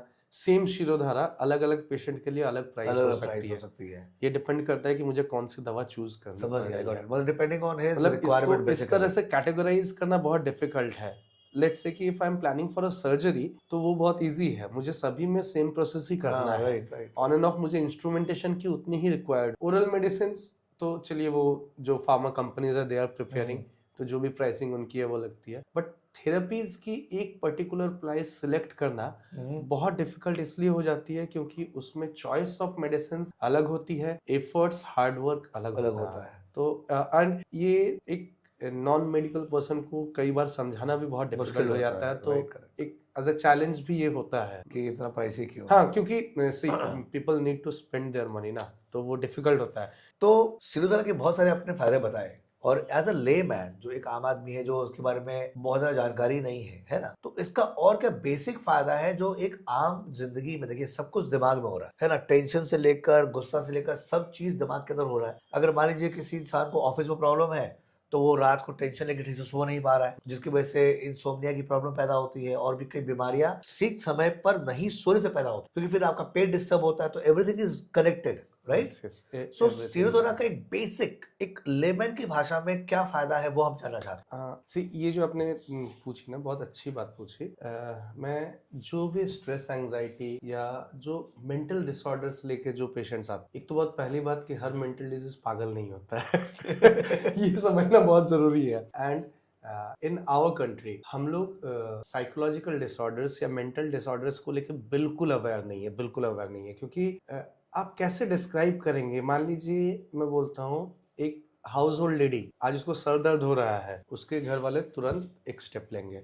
हाथ दर्द हो रहा है, पैर दर्द हो रहा है, पेट दर्द हो रहा है, will then and then step will take step. But कोई आपको ये बोल रहा है मुझे अच्छा नहीं लग रहा है, व्हाट वुड यू डू? बोले हो सकता है अच्छा नहीं हैं। लग अपना रहा टीवी होगा, देख लो, मोबाइल So, देख लो। we're taking it casually। अभी अभी मैं take it इतना casually। एक डिस्कशन में आपको बोल रहा हूँ, सो यू थॉट क्या मोबाइल देख लो, टीवी देख लो। घर में हो सकता है जब बोल रहे होंगे हम ध्यान भी नहीं देते हैं नहीं देते। कि if somebody is saying कि मुझे अच्छा नहीं लग रहा है, बट ये अच्छा नहीं लगना धीरे धीरे कितना डीप जा सकता है, एंड ये कब एक बड़ा डिजीज क्रिएट कर सकता है, ये समझना बहुत जरूरी है। कि सामने वाले पर्सन का ये अच्छा नहीं लगना या चीजों में मन नहीं लगना, वो धीरे धीरे मन में कितना हद तक जा रहा है, एंड हाउ मच ही और she is fighting with this. I got it. तो ये जानना हमारा बहुत जरूरी है। इसीलिए मैं सभी पेशेंट्स को, कभी भी ये डिस्कशन होता है तो मैं बोलता हूँ कि जितना हम लोग फिजिकल हेल्थ को इम्पोर्टेंट देते हैं, उतना ही इम्पोर्टेंस हमें मेंटल हेल्थ को भी देना है। Okay. And everything is about brain. We all have 24 hours. तो जैसे फिजिकल हेल्थ में मुझे कहीं दर्द है, मैंने दवा खाया, दर्द नहीं है, I can feel it. But mental health में हम कैसे समझेंगे? तब मैं पेशेंट्स को एक एग्जांपल देकर समझाता हूँ। जैसे कई ऐसे इंसिडेंट्स होते हैं कि एक बच्चा स्कूल से घर आ रहा है, her mother is so worried कि 10 मिनट लेट हो गया, अभी तक क्यों नहीं पहुंचा, कहीं कुछ हो तो नहीं गया, कहीं कोई एक्सीडेंट तो नहीं हो गया। तो इस तरह के इश्यूज। सिमिलरली हर एक छोटी चीज को बहुत बड़े रूप से सोचना एंड वो परेशान कर देना, ये कहीं ना कहीं एक परेशानी है। जब हम लोग पेशेंट्स को धीरे धीरे ट्रीट करना शुरू कर, वही same mother after a month देखा जाता है कि बच्चे को अगर लेट हो रहा है तो उन्हें लगता है हो सकता है गाड़ी लेट कर रही होगी, ट्रैफिक he होगा, or she वो उसको कोई- पॉजिटिव रूप में कई- लेती है। ये मेंटल में, ये हमारे ब्रेन में वाह। ऑटोमेटिकली ये सिग्नल्स आता है। Then we came to know कि हाँ दिस पर्सन, क्योंकि हर पर्सन तो वायलेंट नहीं होगा, जैसा मैंने कहा कि हर मेंटलिस्ट तो पागल नहीं है, तो इट इज नॉट एसेंशियल कि आपको कोई वायलेंट ही हो रहा है। लेकिन डिप्रेशन, स्ट्रेस, एंजाइटी, इसको तो अलग अलग लेवल है। कोई बहुत जिद्दी होता है, कोई बिल्कुल शांत हो जा सकता है, तो बहुत सारी चीजें हो सकती हैं। कोई हो सकता है कि अपने मन में ही बहुत सारी चीजें दबा के रखता है, खुल के कह नहीं पाता है।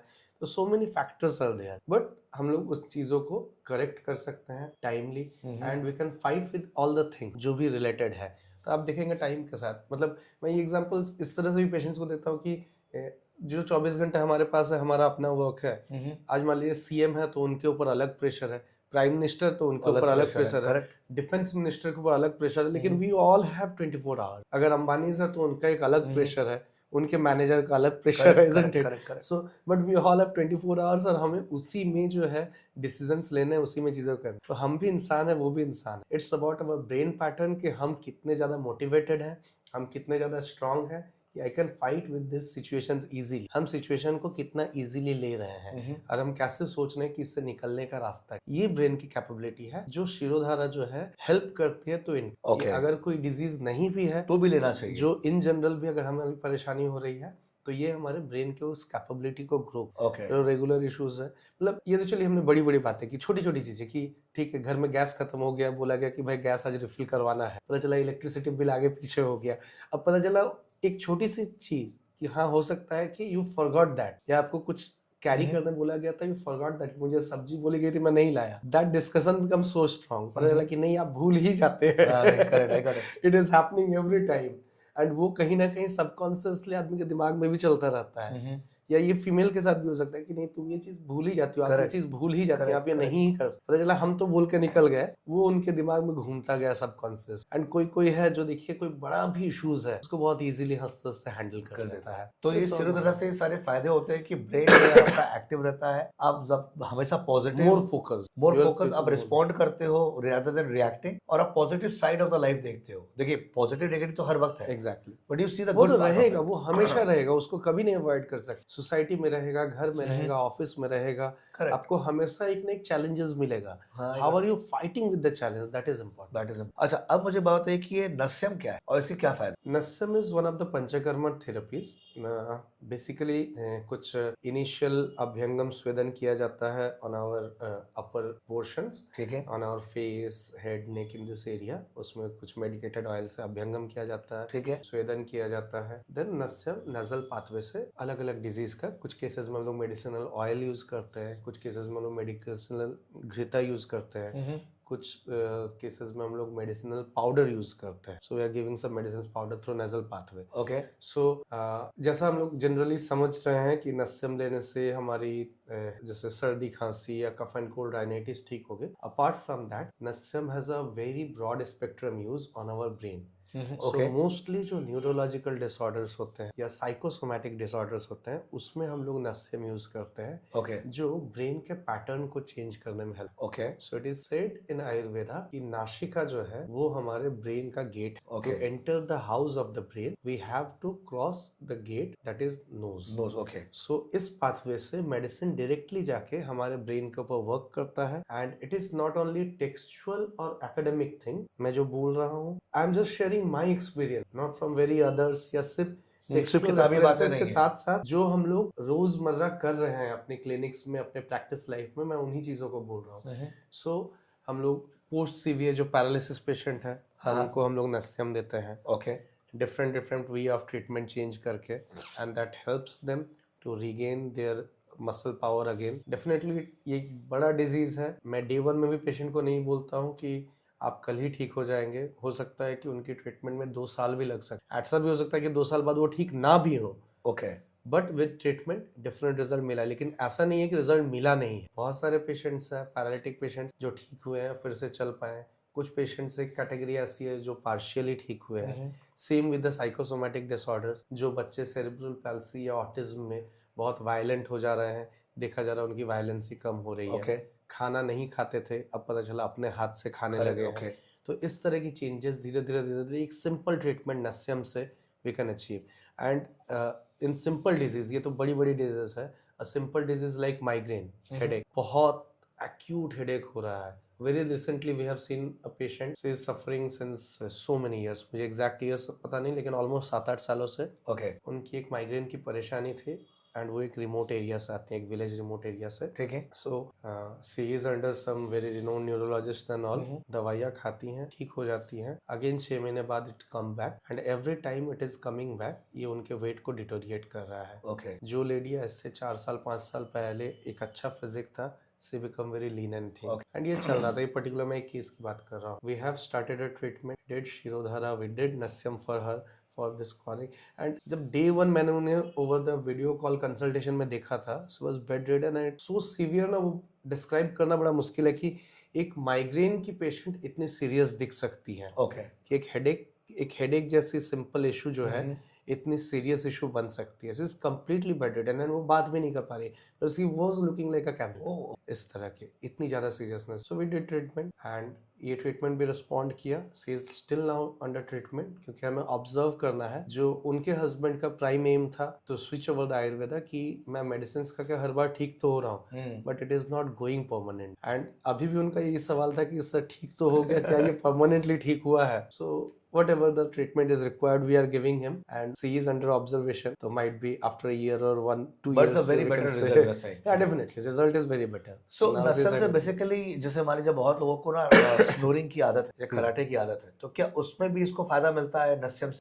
या ऐसा कोई ट्रीटमेंट आयुर्वेदा में हो जो उनकी नॉस्ट्रल्स को ठीक करता हो, क्योंकि उसके कई कारण हो सकते हैं हाँ. कराटे के, राइट? मोस्ट ऑफ स्नोरिंग के जो कारण होता है ना, वो ओबेसिटी और ज्यादा होता ओके. है in compare to general blockages. ठीक है, लेकिन मैंने देखा कि कई लोग जो है वो लीन है लेकिन फिर हाँ, बहुत फिर भी कराटे लेते करते हैं, तो उन केसेस में नस्यम डेफिनेटली हेल्प. ओके. तो बेसिकली नस्यम आपके नॉस्ट्रल्स को प्रॉपर्ली खोल भी देता है. एग्जैक्ट, वो तो ओके. ओपन करता ही है. I मतलब got जो भी, जैसे जो क्रॉनिक साइनोसाइटिस की पेशेंट है, ठीक है. जो ऐसे क्रॉनिक माइग्रेन के पेशेंट, तो ये चैनल्स को ओपन कर देते हैं. ओके. तो इस तरह के पेशेंट्स को क्या होता है, जैसे कुछ पेशेंट्स होते हैं ना जो क्रॉनिक कफ एंड कोल्ड है साल भर, कई प्रोफेशनल हैजर्ड्स के मिले मुझे. कुछ पेशेंट्स ऐसे मिले हैं, those who are working like airport authority, तो उनकी जो ऑफिस होती है इट्स वेरी चिल्ड. वो Okay. सालों भर बहुत चिल्ड रहते, तो जिसकी वजह से क्रॉनिक राइनाइटिस वाली इशू क्रिएट हो जाती है. ओके.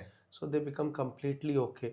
अब उनकी कोई मेडिसिन भी नहीं चल रही है, he is doing still normal office as he was doing earlier, but अभी कोई दवाइयों की जरूरत ओके. अब जैसे मैंने कुछ मेरे दोस्त लोग हैं या जो कई हमारे गेस्ट भी जो हमें कहते हैं कि नॉर्मली उनको सर्दी खांसी कभी नहीं होती है, मतलब नॉर्मली, लेकिन सांस में ना जो एक प्रॉपर खुलापन होता है सांस लेने में, वो प्रॉपर कभी फील नहीं होता. उन्हें लगता है कि थोड़ा सा ना दब कर आ रहा, मतलब और खुल सकता है. तो क्या उसका फायदा, मतलब उसका नस्यम से उसका फायदा हो सकता है? जैसा मैंने कहा ना कि ट्रीटमेंट के 2 पार्ट है, शोधन समन. सिमिलरली इस तरह के इश्यूज में भी ट्रीटमेंट का ये भी एक पार्ट है जिसको हम लोग बोलते हैं आहार विहार. सो अभी मान लीजिए जब ये परेशानी हो रही है कि नेजल ब्लॉकेज लग रहा है, ये लग रहा है, सो हम लोग नस्यम किए. नस्यम करके हम लोगों ने उस ब्लॉकेजेस को ओपन कर दिया. अब जब चीजें ओपन हो गई हैं, उस टाइम आपको ये चीजें कंटिन्यू करने की जरूरत नहीं. You don't need to take any medication, you don't. Further more ये परेशानी फिर कल ना आए, उसके लिए a simple step that is anulom vilom pranayama. Okay. So if you go for anulom vilom pranayama, your channels will be clear naturally, and इसके लिए आपको कुछ नहीं करना पड़ रहा है, ना पैसे खर्च करना पड़े, ना कोई चीज मंगाना पड़ रहा है. You can do it, and आपको वही करना है जो आप कर रहे हैं, breathe in breathe out, just on a good manner, एक मैनरफुल वे में. अनुलोम विलोम क्या केवल सुबह करना चाहिए कि शाम को भी कर सकते हैं, या एक टाइम करना चाहिए कि 2-3 टाइम भी कर सकता है? योगा बेस्ट है अगर हम सुबह कर सके, ठीक है, बट अगर हम शाम को भी करते हैं तो उसकी एफिकेसी में बहुत डिफरेंस नहीं आएगा. ओके. एक चीज हम नहीं कर रहे हैं, उसके और लिए कर रहे हैं, फर्स्ट कुछ तो तो फायदा स्टार्ट होगा. है कि करना शुरू मैं कई लोगों को, जैसे जो ऑलमोस्ट अभी एडोलेसेंट स्टेज में, उन बच्चों को मैं अभी आजकल प्रैक्टिस लाइफ में एडवाइस कर रहा हूँ रात में कर, क्योंकि स्कूल्स मॉर्निंग में होती है.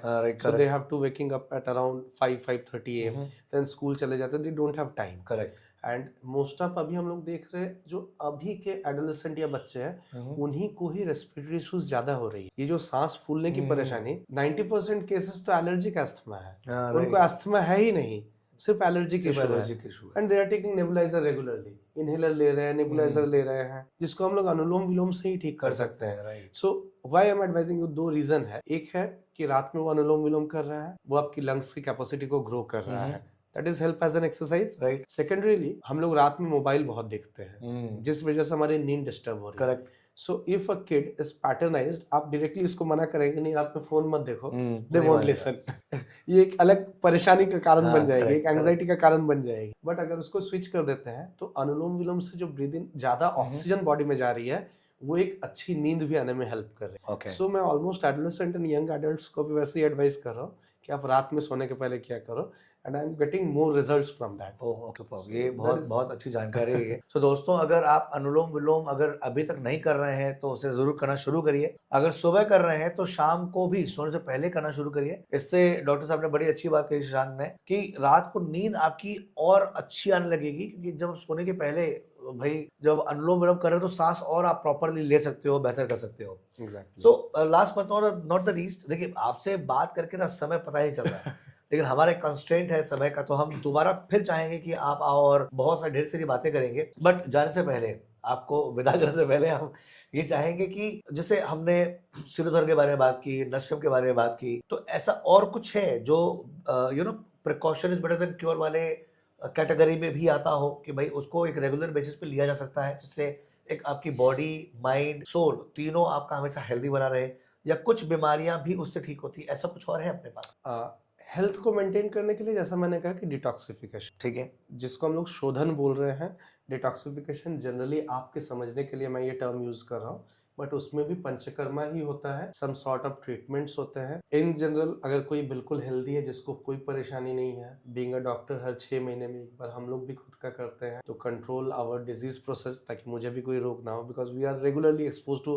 Other diseases. मुझे रोज मैं पेशेंट्स देख रहा हूँ, हर एक पेशेंट का अलग अलग डिजीज है, कुछ कॉन्टेजियस है, कुछ नॉन कॉन्टेजियस है। सो हम लोग भी अपने आप को बेटर रखने के लिए डिटॉक्सिफिकेशन, मिनिमम यूजुअली 7 डेज की एक डिटॉक्सिफिकेशन प्लान्स होती है, okay. which will detoxify your entire system, like your respiratory system, your digestive system, your locomotive system, your nervous, every system, वो सबको क्लीन अप करके in a nutshell। And post detoxification जो result होते हैं, जो patient के मुंह से मैंने सुना है, जो पेशेंट्स एक्सप्लेन करते हैं, they are feeling more lighter, कि हेल्थ बहुत हल्का लग रहा है मुझे, मेरी वॉक्स वगैरह बहुत इजी लग रही है, मेरी एपेटाइट बेटर हो गई है, मेरी डाइजेशन ग्रो हो गई है, एंड कुछ कुछ तो बहुत अच्छा भी मिला है, सबको नहीं मिलता है फिर भी बॉडी की लस्चर ग्रो हो गई है, एंड ऑलमोस्ट 2-3 पेशेंट्स ऐसे थे जिनके डार्क सर्कल चले गए। Okay. I am not directly claiming any person, but in few cases we got this kind of results also. Okay. So these are the good benefits of detoxification, but primarily ये क्या है, ये precautionary major है कि आपके health को maintain करना है। Okay. That is fine. And post detoxification कई बार हम लोग कुछ रसायन ड्रग देते हैं जिसको इम्यूनोमॉड्यूलेटर बोलते हैं, जैसे हम लोग च्यवनप्राश वगैरह होता है। सो च्यवनप्राश की भी कई कैटेगरीज है, कुछ ऐसे च्यवनप्राश है जो बहुत अच्छे होते हैं, क्योंकि च्यवनप्राश का काम ही है आपकी एज को रोक के रखना। ओके। एंड एज को रोक के रखना कोई मैजिक नहीं, जो आपकी बॉडी के सेल्स है, जो टिश्यूज है, उनके लाइफ को, फुल लाइफ जितना, अगर एक टिश्यू को 100 दिन जिंदा रहना है तो उसको 100 दिन ही अच्छे से वो वर्क करे, इसको मेंटेन करने में च्यवनप्राश इस तरह की इम्यूनोमॉड्यूलेटरी मेडिसिन जो है help Okay. On that. Okay. अच्छा, हम एक चीज और जानना चाहेंगे कि आयुर्वेदा में जैसे आज के दौर में भी ना बहुत लोग का जो कॉन्फिडेंस है वो सेक्सुअली प्रॉपर मतलब मजबूत ना होने की वजह से बहुत डाउन हो जाता है, या कई लोग इससे बहुत परेशान रहते हैं ना, तो उसमें जैसे खासकर उसमें आयुर्वेदा में कहा जाता है कि भाई आयुर्वेदा में उसका ट्रीटमेंट है या उसका समाधान है, तो उसके लिए कोई थेरेपी करनी पड़ती है या कोई दवाई वगैरह खाने से ही वो थोड़ा सा बेटर फील कर सकते हैं उस मामले में sexually? Like other disorders, sexual disease भी डिजीजेस हैं, so we have to take it on that way. And चूंकि ये परेशानियां हम लोग किसी और से शेयर नहीं कर पाते इजीली, कि हाँ ठीक है मुझे सर दर्द है तो वी आर शेयरिंग कि देखो मुझे सर दर्द है, मुझे बीपी की परेशानी है, बट ये क्या एक हेजिटेशन होती है। But this diseases are completely curable, तो इसको लेके बहुत सफ़र करने की ज़रूरत। आप डेफिनेटली आपके नियरेस्ट आयुर्वेदा डॉक्टर से मीट कीजिए, उनको बताइए कि मुझे ये परेशानी हो रही है। कई कैटेगरीज है सेक्सुअल डिजीज में भी कि ये परेशानी ये परेशानी ये परेशानी है, अकॉर्डिंगली उसकी ट्रीटमेंट्स भी है। In some sort of cases medicine से भी ठीक हो जाती है, कुछ केसेस में हमें पंचकर्मा ट्रीटमेंट्स भी लेने पड़ते हैं। ओके। एंड कुछ केसेस में जस्ट थोड़ा लाइफस्टाइल चेंज करके भी चीज़ें हो जाती हैं, क्योंकि मोस्ट ऑफ जो देखा गया है सेक्सुअल डिजीज का 50% रीजन जो है वो साइकोसोमैटिक। सो स्ट्रेस इंड्यूस ज़्यादा होता है कि पहले तो बॉडी में थोड़ी कमी हुई कि शरीर में चेंज हुई, but that pinched our brain कि I am getting incapable. And in India particular sexual diseases को एक मेल या फीमेल पर्सन के सेल्फ कैपेबिलिटी के साथ कंपेयर किया जाता है। ये एक सोशल स्टिग्मा है एंड इसको हम आप चेंज भी नहीं कर सकते। मैं आज आपके सामने बोलूंगा सबके सामने तो ऐसा नहीं है कल ये समाज में चेंज हो जाएगा। नहीं। सो if a person is sexually incapable या धीरे धीरे उसकी कैपेबिलिटी लोअर डाउन हो रही है, सो ये उसके अपने मैनलीनेस को भी कम करता है। तो ब्रेन इस तरह से हम बड़े ही ऐसे हुए तो ब्रेन के ये फंक्शंस जो है हमारे बाकी चीजों को भी हैम्पर करती हैं। तो ये एक बहुत बड़ी इश्यूज हो जाती है। मैंने देखा कि बहुत लोगों का कॉन्फिडेंस लो हो जाता है। तो देखिए ये बात आपने बिल्कुल ठीक कही कि ये ऐसी चीजें हैं कि लोग किसी से शेयर नहीं करते। Exactly. तो मुझे भी कब पता चलता है कि मान लीजिए बहुत कोई करीबी है जो बॉडी लैंग्वेज को ठीक नहीं लगता, जब मुझे पूछते हैं भाई, और हमारी टीम है जो रिसर्च करती है, R&D कर रही है, तो ऐसे कई सवाल हमें मिलते हैं जहाँ पर ये जानना चाहते हैं जिसकी जानकारी प्रॉपर अभी तक लोगों के पास है नहीं। Exactly. है ना, कि सेक्सुअली वो और इससे बेटर कैसे परफॉर्म कर सकते हैं, कैसा वो अच्छा खुद के लिए अच्छा महसूस कर सकते हैं। तो ये मैंने देखा कि एक खुद के सेल्फ बिलीव को भी तोड़ता है। अगर आप सेक्सुअली प्रॉपर अच्छे नहीं हो तो वो आपके सेल्फ सिस्टम को, जैसे आपने कहा कि ये सेल्फ कैपेबिलिटी का सवाल है, तो आदमी खुद के बारे में इन्फीरियर फील पैदा कर देता है और दिन भर वो ना अपने काम पर ध्यान दे रहा है, ना वो अपने किसी से शेयर भी नहीं कर पा रहा है कि मेरी ऐसी परेशानी हो रही है, बट उसके दिमाग में तो चल रहा है। करेक्ट। जो वो अपने फैमिली में फेस कर रहा है, जो भी इश्यूज हो रही है, अब वो बताए ना बताए उसके दिमाग में चल रहा है। अब परेशानी ये है कि वो अपने पार्टनर्स के साथ भी ज्यादा डिस्कस नहीं कर सकता क्योंकि परेशानी तो पार्टनर के साथ हो रही है, isn't it? सो उनके साथ भी डिस्कस नहीं कर सकता है जो जानते हैं, एंड किसी और के साथ भी डिस्कस नहीं कर सकता। तो सबकॉन्शियसली वो और डिमोटिवेट होता जाता है, जो क्या करता है फिर सेक्सुअल डिजीज को और बढ़ाता रहता है। सो ये और ज्यादा मिलते हैं ये एग्जांपल्स। ओके, तो इसमें ऐसा कुछ है कि रेगुलर बेसिस पे, जैसे आपने च्यवनप्राश की बात कही, तो उसी प्रकार से ऐसा कुछ है आयुर्वेदा के अंदर में कि आदमी को रेगुलर बेसिस पे लेना चाहिए जिससे वो अपने स्ट्रेंथ को सेक्सुअली बढ़ा सके। जैसे आप मान लीजिए एलोपैथी में भी कई टीवी पे ऐड आते हैं कि ये कैप्सूल खा लीजिए, वो कैप्सूल खा लीजिए, blah blah and all those things. तो ऑफ कोर्स मुझे पता है उसके साइड इफेक्ट बहुत सारे होते हैं और बहुत सारे लोग जूझ तो रहे हैं प्रॉब्लम से, लेकिन वो उस तरफ जाना भी नहीं चाहते क्योंकि वो उनको एंड ऑफ द डे पता है कि साइड इफेक्ट्स हैं। तो आयुर्वेदा में ये बात तो क्लियर है कि कोई साइड इफेक्ट नहीं होता है। तो इसमें ऐसा कुछ है कि आप एक इंसान रेगुलर बेसिस पे ले सकता है और उसका इफेक्ट देख सकता है बेटर? नहीं, पर्टिकुलरली ना ये करना बहुत एडवाइसेबल नहीं होगा। जैसे हम लोगों की बाकी चीजें हैं, तो एक अच्छे सेक्सुअल हेल्थ को मेंटेन करने के लिए healthy diet, healthy lifestyle itself. अगर आपको डिजीजेस कम हो रहे हैं, आपकी हेल्दी डाइट है, हेल्दी लाइफस्टाइल है, तो you will definitely perform better. तो इसमें कोई गुंजाइश ही नहीं कुछ है। नहीं तो अननेसेसरी किसी भी तरह के ट्रैप में भी पड़ने की जरूरत नहीं, ना एलोपैथिक मेडिसिन ना आयुर्वेदिक मेडिसिन। इनफैक्ट आयुर्वेदा के नाम पे भी इससे रिलेटेड बहुत, मतलब मैं देखता हूँ जैसे शिलाजीत, ये वो बहुत कुछ लोग एडवर्टाइजमेंट करते हैं and people are taking it, right, correct. But हो सकता है उनकी बॉडी कॉन्स्टिट्यूएंसी वैसी नहीं बनी है कि उनको उतनी डोजेज में शिलाजीत की रिक्वायरमेंट हो। आई गॉट इट। ये तो एक इंसान का जानना बहुत जरूरी है कि मैं जो खा रहा हूँ ये मेरे बॉडी के लिए अच्छा है या बुरा है, ये मेरे बॉडी को हार्म तो नहीं कर रहा है। जो लोग जिम विम करते हैं, एक्सरसाइज करते हैं, they are also taking so many herbal combinations nowadays. अब पता चला कई बार जो है वो अनवांटेड डोजेस में वो चले जाते हैं जो बॉडी में जाके अदर एक इफेक्ट करता है। साइड इफेक्ट भले नहीं है, बट हम कब बोलेंगे जब आप किसी एक्सपर्ट के अंडर ऑब्जर्वेशन में you are taking a medicine. आप खुद से कोई भी एक हर्ब्स लगातार ले रहे हैं तो it will definitely create a effect और बैड इफेक्ट। करेक्ट। पता चला बाद में जाके किडनी या लीवर में कोई इशू हो रही है and we came to know कि नहीं वो ये आयुर्वेदिक हर्ब्स लेते थे एंड उससे जो है ये खराब हो गया। तो ये जानना जरूरी है। और आप ठीक बोल रहे हो कि एक्चुअली क्या है ना कि हमारे इंडिया में क्या है कि every home has got a doctor, है ना, and every friend is a doctor. और जिम से बात याद है कि भाई जितने लोग जिम जा रहे हैं वो तो खासकर वहां पर वो प्रोटीन्स और पता नहीं क्या क्या चीजें ले रहे हैं, है ना, और इसके साइड इफेक्ट्स हो रहे हैं। मेरा वन ऑफ माय खुद friend, he was a body builder और उसने किसी चैंपियनशिप के लिए तैयारी की और आप सोचिए चैंपियनशिप के पहले ही अचानक उसका कार्डियक अरेस्ट। एंड यही वाली बात है कि ऐसे कई कार्डियक अरेस्ट आज के तारीख में हो रहे हैं, बट मैक्सिमम लोग उसका रियल कारण जान ही नहीं पा रहे कि वो हो क्यों रहा है। What is the real basic? क्या किसी चीज के खाने की वजह से हो रहा है? प्रोटीन, जैसे आपने कहा कि भाई अगर आप किसी एक्सपर्ट के साथ नहीं हो, खाली आपने ऐड देख लिया कि आपको वे प्रोटीन लेना है या ये फलान टिकान कुछ भी प्रोटीन खाना है, इससे बॉडी बन जाती है या ये चीजें हैं, तो आप क्या कर रहे हो कि हो सकता है आपकी बॉडी वो एक्सेप्ट ही ना कर पा रही, फिर भी आप ले रहे हो कि आपको लगता है कि उससे बॉडी बन रही है, बट वही चीज हमारे हार्ट को जाके सीधा स्ट्रोक कर रही हो। करेक्ट। तो इस प्रकार से कैसे बचा जाए इस चीजों से, जो आज की तारीख में जो कार्डियक अरेस्ट हो रहे हैं मैक्सिमम, उसके हिसाब से अपन कैसे थोड़ा सा अपने इसमें मैं एक आयुर्वेदिक पॉइंट ऑफ व्यू बोलूंगा। ये जो एक्सरसाइज है, फिजिकल एक्सरसाइज जिसको हम लोग व्यायाम बोलते हैं, सो व्यायाम is described in Ayurveda as a slow and progressive, okay, जो आज के जिम में नहीं है।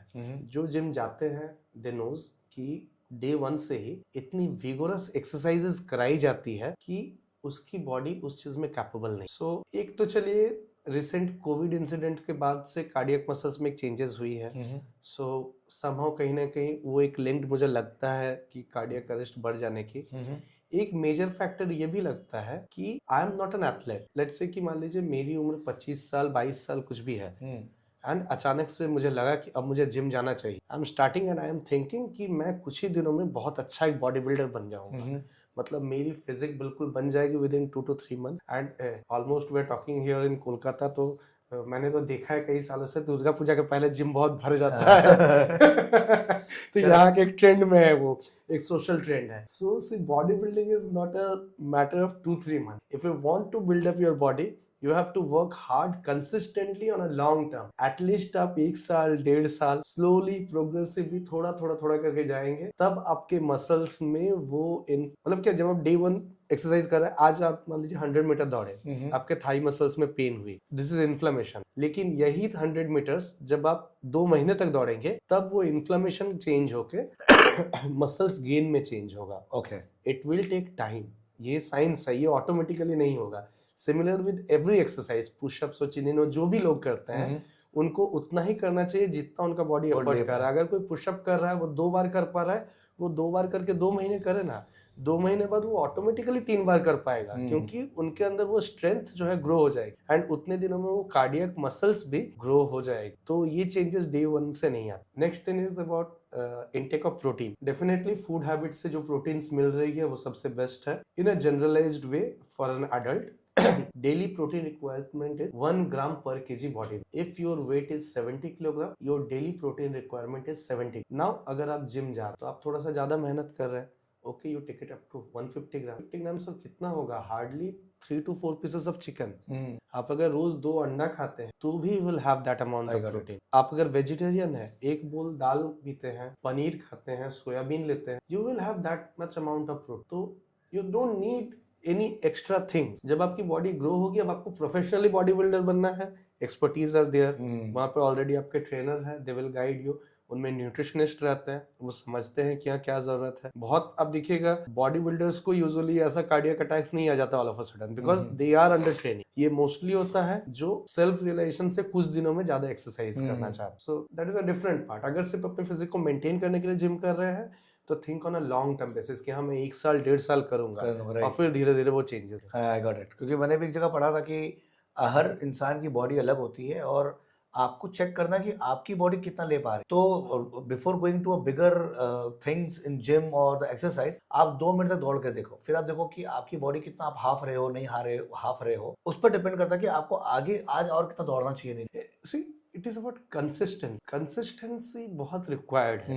मतलब you don't need to hit gym for 1 hour 2 hour। आप 200 मीटर ही दौड़ो, लेकिन आप 2 साल तक लगातार दौड़ो, तब आपको समझ में आएगा, तब आपको रिजल्ट मिलेगा। सो किसी भी चीज में consistency is what is required. आज मुझे लगा कि आज मैंने कोई मूवी देख लिया ना, आई गॉट मोटिवेटेड कि नहीं मैं तो कल से जिम करूंगा and I will become something stronger. तो ये नहीं होने वाला है। ये तो उस दिन तो जाना और जरूरी है जिस दिन सुबह उठ के लग रहा है कि आज तो मुझे मन नहीं कर रहा है, आज मुझे नहीं जाना है, आज तो बहुत लेथर्जी लग रही है, इसलिए उस दिन जाना सबसे ज्यादा जरूरी है। सो consistency and discipline is the मूल मंत्र, you can say. I got it. तो got something result. Great. बहुत अच्छा लगा आपसे बात करके डॉक्टर सुशांत। एंड हम चाहेंगे कि जाने से पहले एक मैसेज हमारे ऑडियंस के लिए जो ये हमारा एपिसोड देख रही हैं कि एक हेल्दी लाइफस्टाइल जीने के लिए उन्हें क्या करना चाहिए, चाहे वो बच्चे हो, यंगस्टर हो, पेरेंट्स हो, हुएवर। देखो, हर इंसान अपनी बॉडी का 1% भी यूज नहीं कर पा रहा प्रॉपर्ली, जो पोटेंशियल हमारी बॉडी के अंदर है,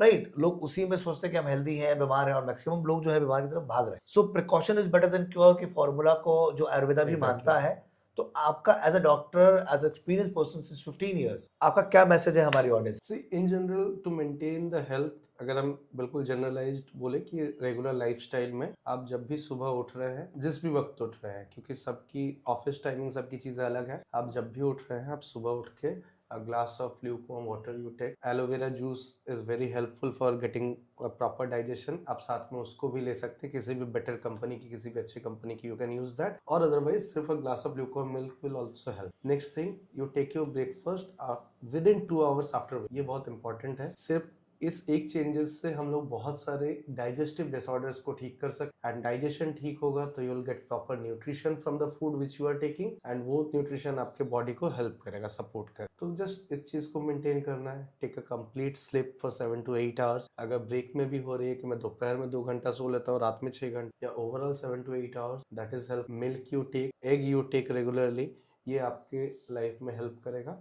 एंड दैट अनुलोम विलोम प्राणायाम मैं बहुत प्रिफर करता हूँ उसको, क्योंकि जैसा मैंने कहा कि हम सांस ही ले रहे हैं, that is why we are here. So एक पैटर्नाइज्ड वे में जब हम सांस लेते हैं अनुलोम विलोम में, हम almost 3000 millilitre of oxygen inhale करते हैं, 3000 ml of carbon dioxide we are. ये जो हम बात कर रहे हैं, we are just inhaling exhaling 500 ml, that is called tidal volume of the lungs. तो नॉर्मल रोजमर्रा के लाइफस्टाइल में हम लोग आधा लीटर के आसपास इन एंड आउट करते हैं एयर का। But in anulom vilom we are taking 3 liters in, 3 liters out. So वो उतना ज्यादा ऑक्सीजन आपके सारे टिश्यूज को पहुंचा रहा है, उतना ज्यादा वेस्ट पार्ट आपके बॉडी से निकाल। तो पैटर्नाइज 5 to 10 मिनट्स रहना। तो एटलीस्ट अनुलोम विलोम तो की ही जा सकते हैं। गर्मी, बरसात, जाड़ा, आप किसी भी रूम में बैठ के कर सकते। मन कर रहा है तो टीवी देखते देखते कीजिए, but you do it, you will definitely see a help. आपको 10 दिन 15 दिनों में चेंजेस समझ में आएगा इन सारी चीजों में, mental and physical, both the things, हर चीजों में यू विल फील एनर्जेटिक। तो it was a great message. Thank you so much Shashank. दोस्तों, कुछ भी करिए ना करिए, अनुलोम विलोम जरूर करिए। फाइनली रिजल्ट यही है। और बहुत ही अच्छा डे का स्केड्यूल बताया है डॉक्टर शशांक ने कि मॉर्निंग में आपको उठने के बाद क्या करना है, कितने बजे ब्रेकफास्ट करना है, लंच में क्या खा सकते हैं, क्या कर सकते हैं। एंड ऑफ कोर्स हमेशा 2 टाइम अनुलोम विलोम जरूर करिए। बच्चों को भी सिखाइए, खुद तो करिए, बच्चों को सिखाइए। अगर प्यार से हमारे तो ठीक, वरना जबरदस्ती कराइए। तो इस प्रकार से हम वापस से फिर से बुलाएंगे, क्योंकि बातें बहुत सारी बाकी रह गई हैं, और हम फिर चाहेंगे कि डॉक्टर शशांक हमारे एपिसोड में, द पीजी शो में फिर से आए, और बहुत सारी नए जानकारी, नए थेरेपीज के बारे में हम और आयुर्वेदा को और भी एक्सप्लोर कर सके, ताकि आप अपने घर में हमेशा हेल्दी बने रहें, हमेशा खुश रहें। याद रखिए दोस्तों, health is the real wealth. Thank you so much for watching. So दोस्तों, ये तो था हमारा एपिसोड, और हम इसी प्रकार से हर एपिसोड में अलग अलग एंटरप्रेन्योर्स, अलग अलग सक्सेसफुल लोग, सेलिब्रिटीज, ऑथर, आर्टिस्ट इन्हें लेकर आते हैं, ताकि वो अपनी जर्नी के जरिए आप सभी को इंस्पायर कर सकें और आपको नई रास्ते, नए राह दिखा सके, ताकि आप भी उनकी तरह बन सकें। सो अगर अभी तक आपने इस चैनल को सब्सक्राइब नहीं किया है तो जल्द से जल्द सब्सक्राइब कर लें, और अगर आपको ये एपिसोड पसंद आया हो तो दिल से उसे लाइक कीजिए, अपने दोस्तों के साथ शेयर जरूर करिए, ताकि वो भी एक नई जानकारी ले सकें, नया कुछ सीख सकें और जीवन में आगे बढ़ सकें।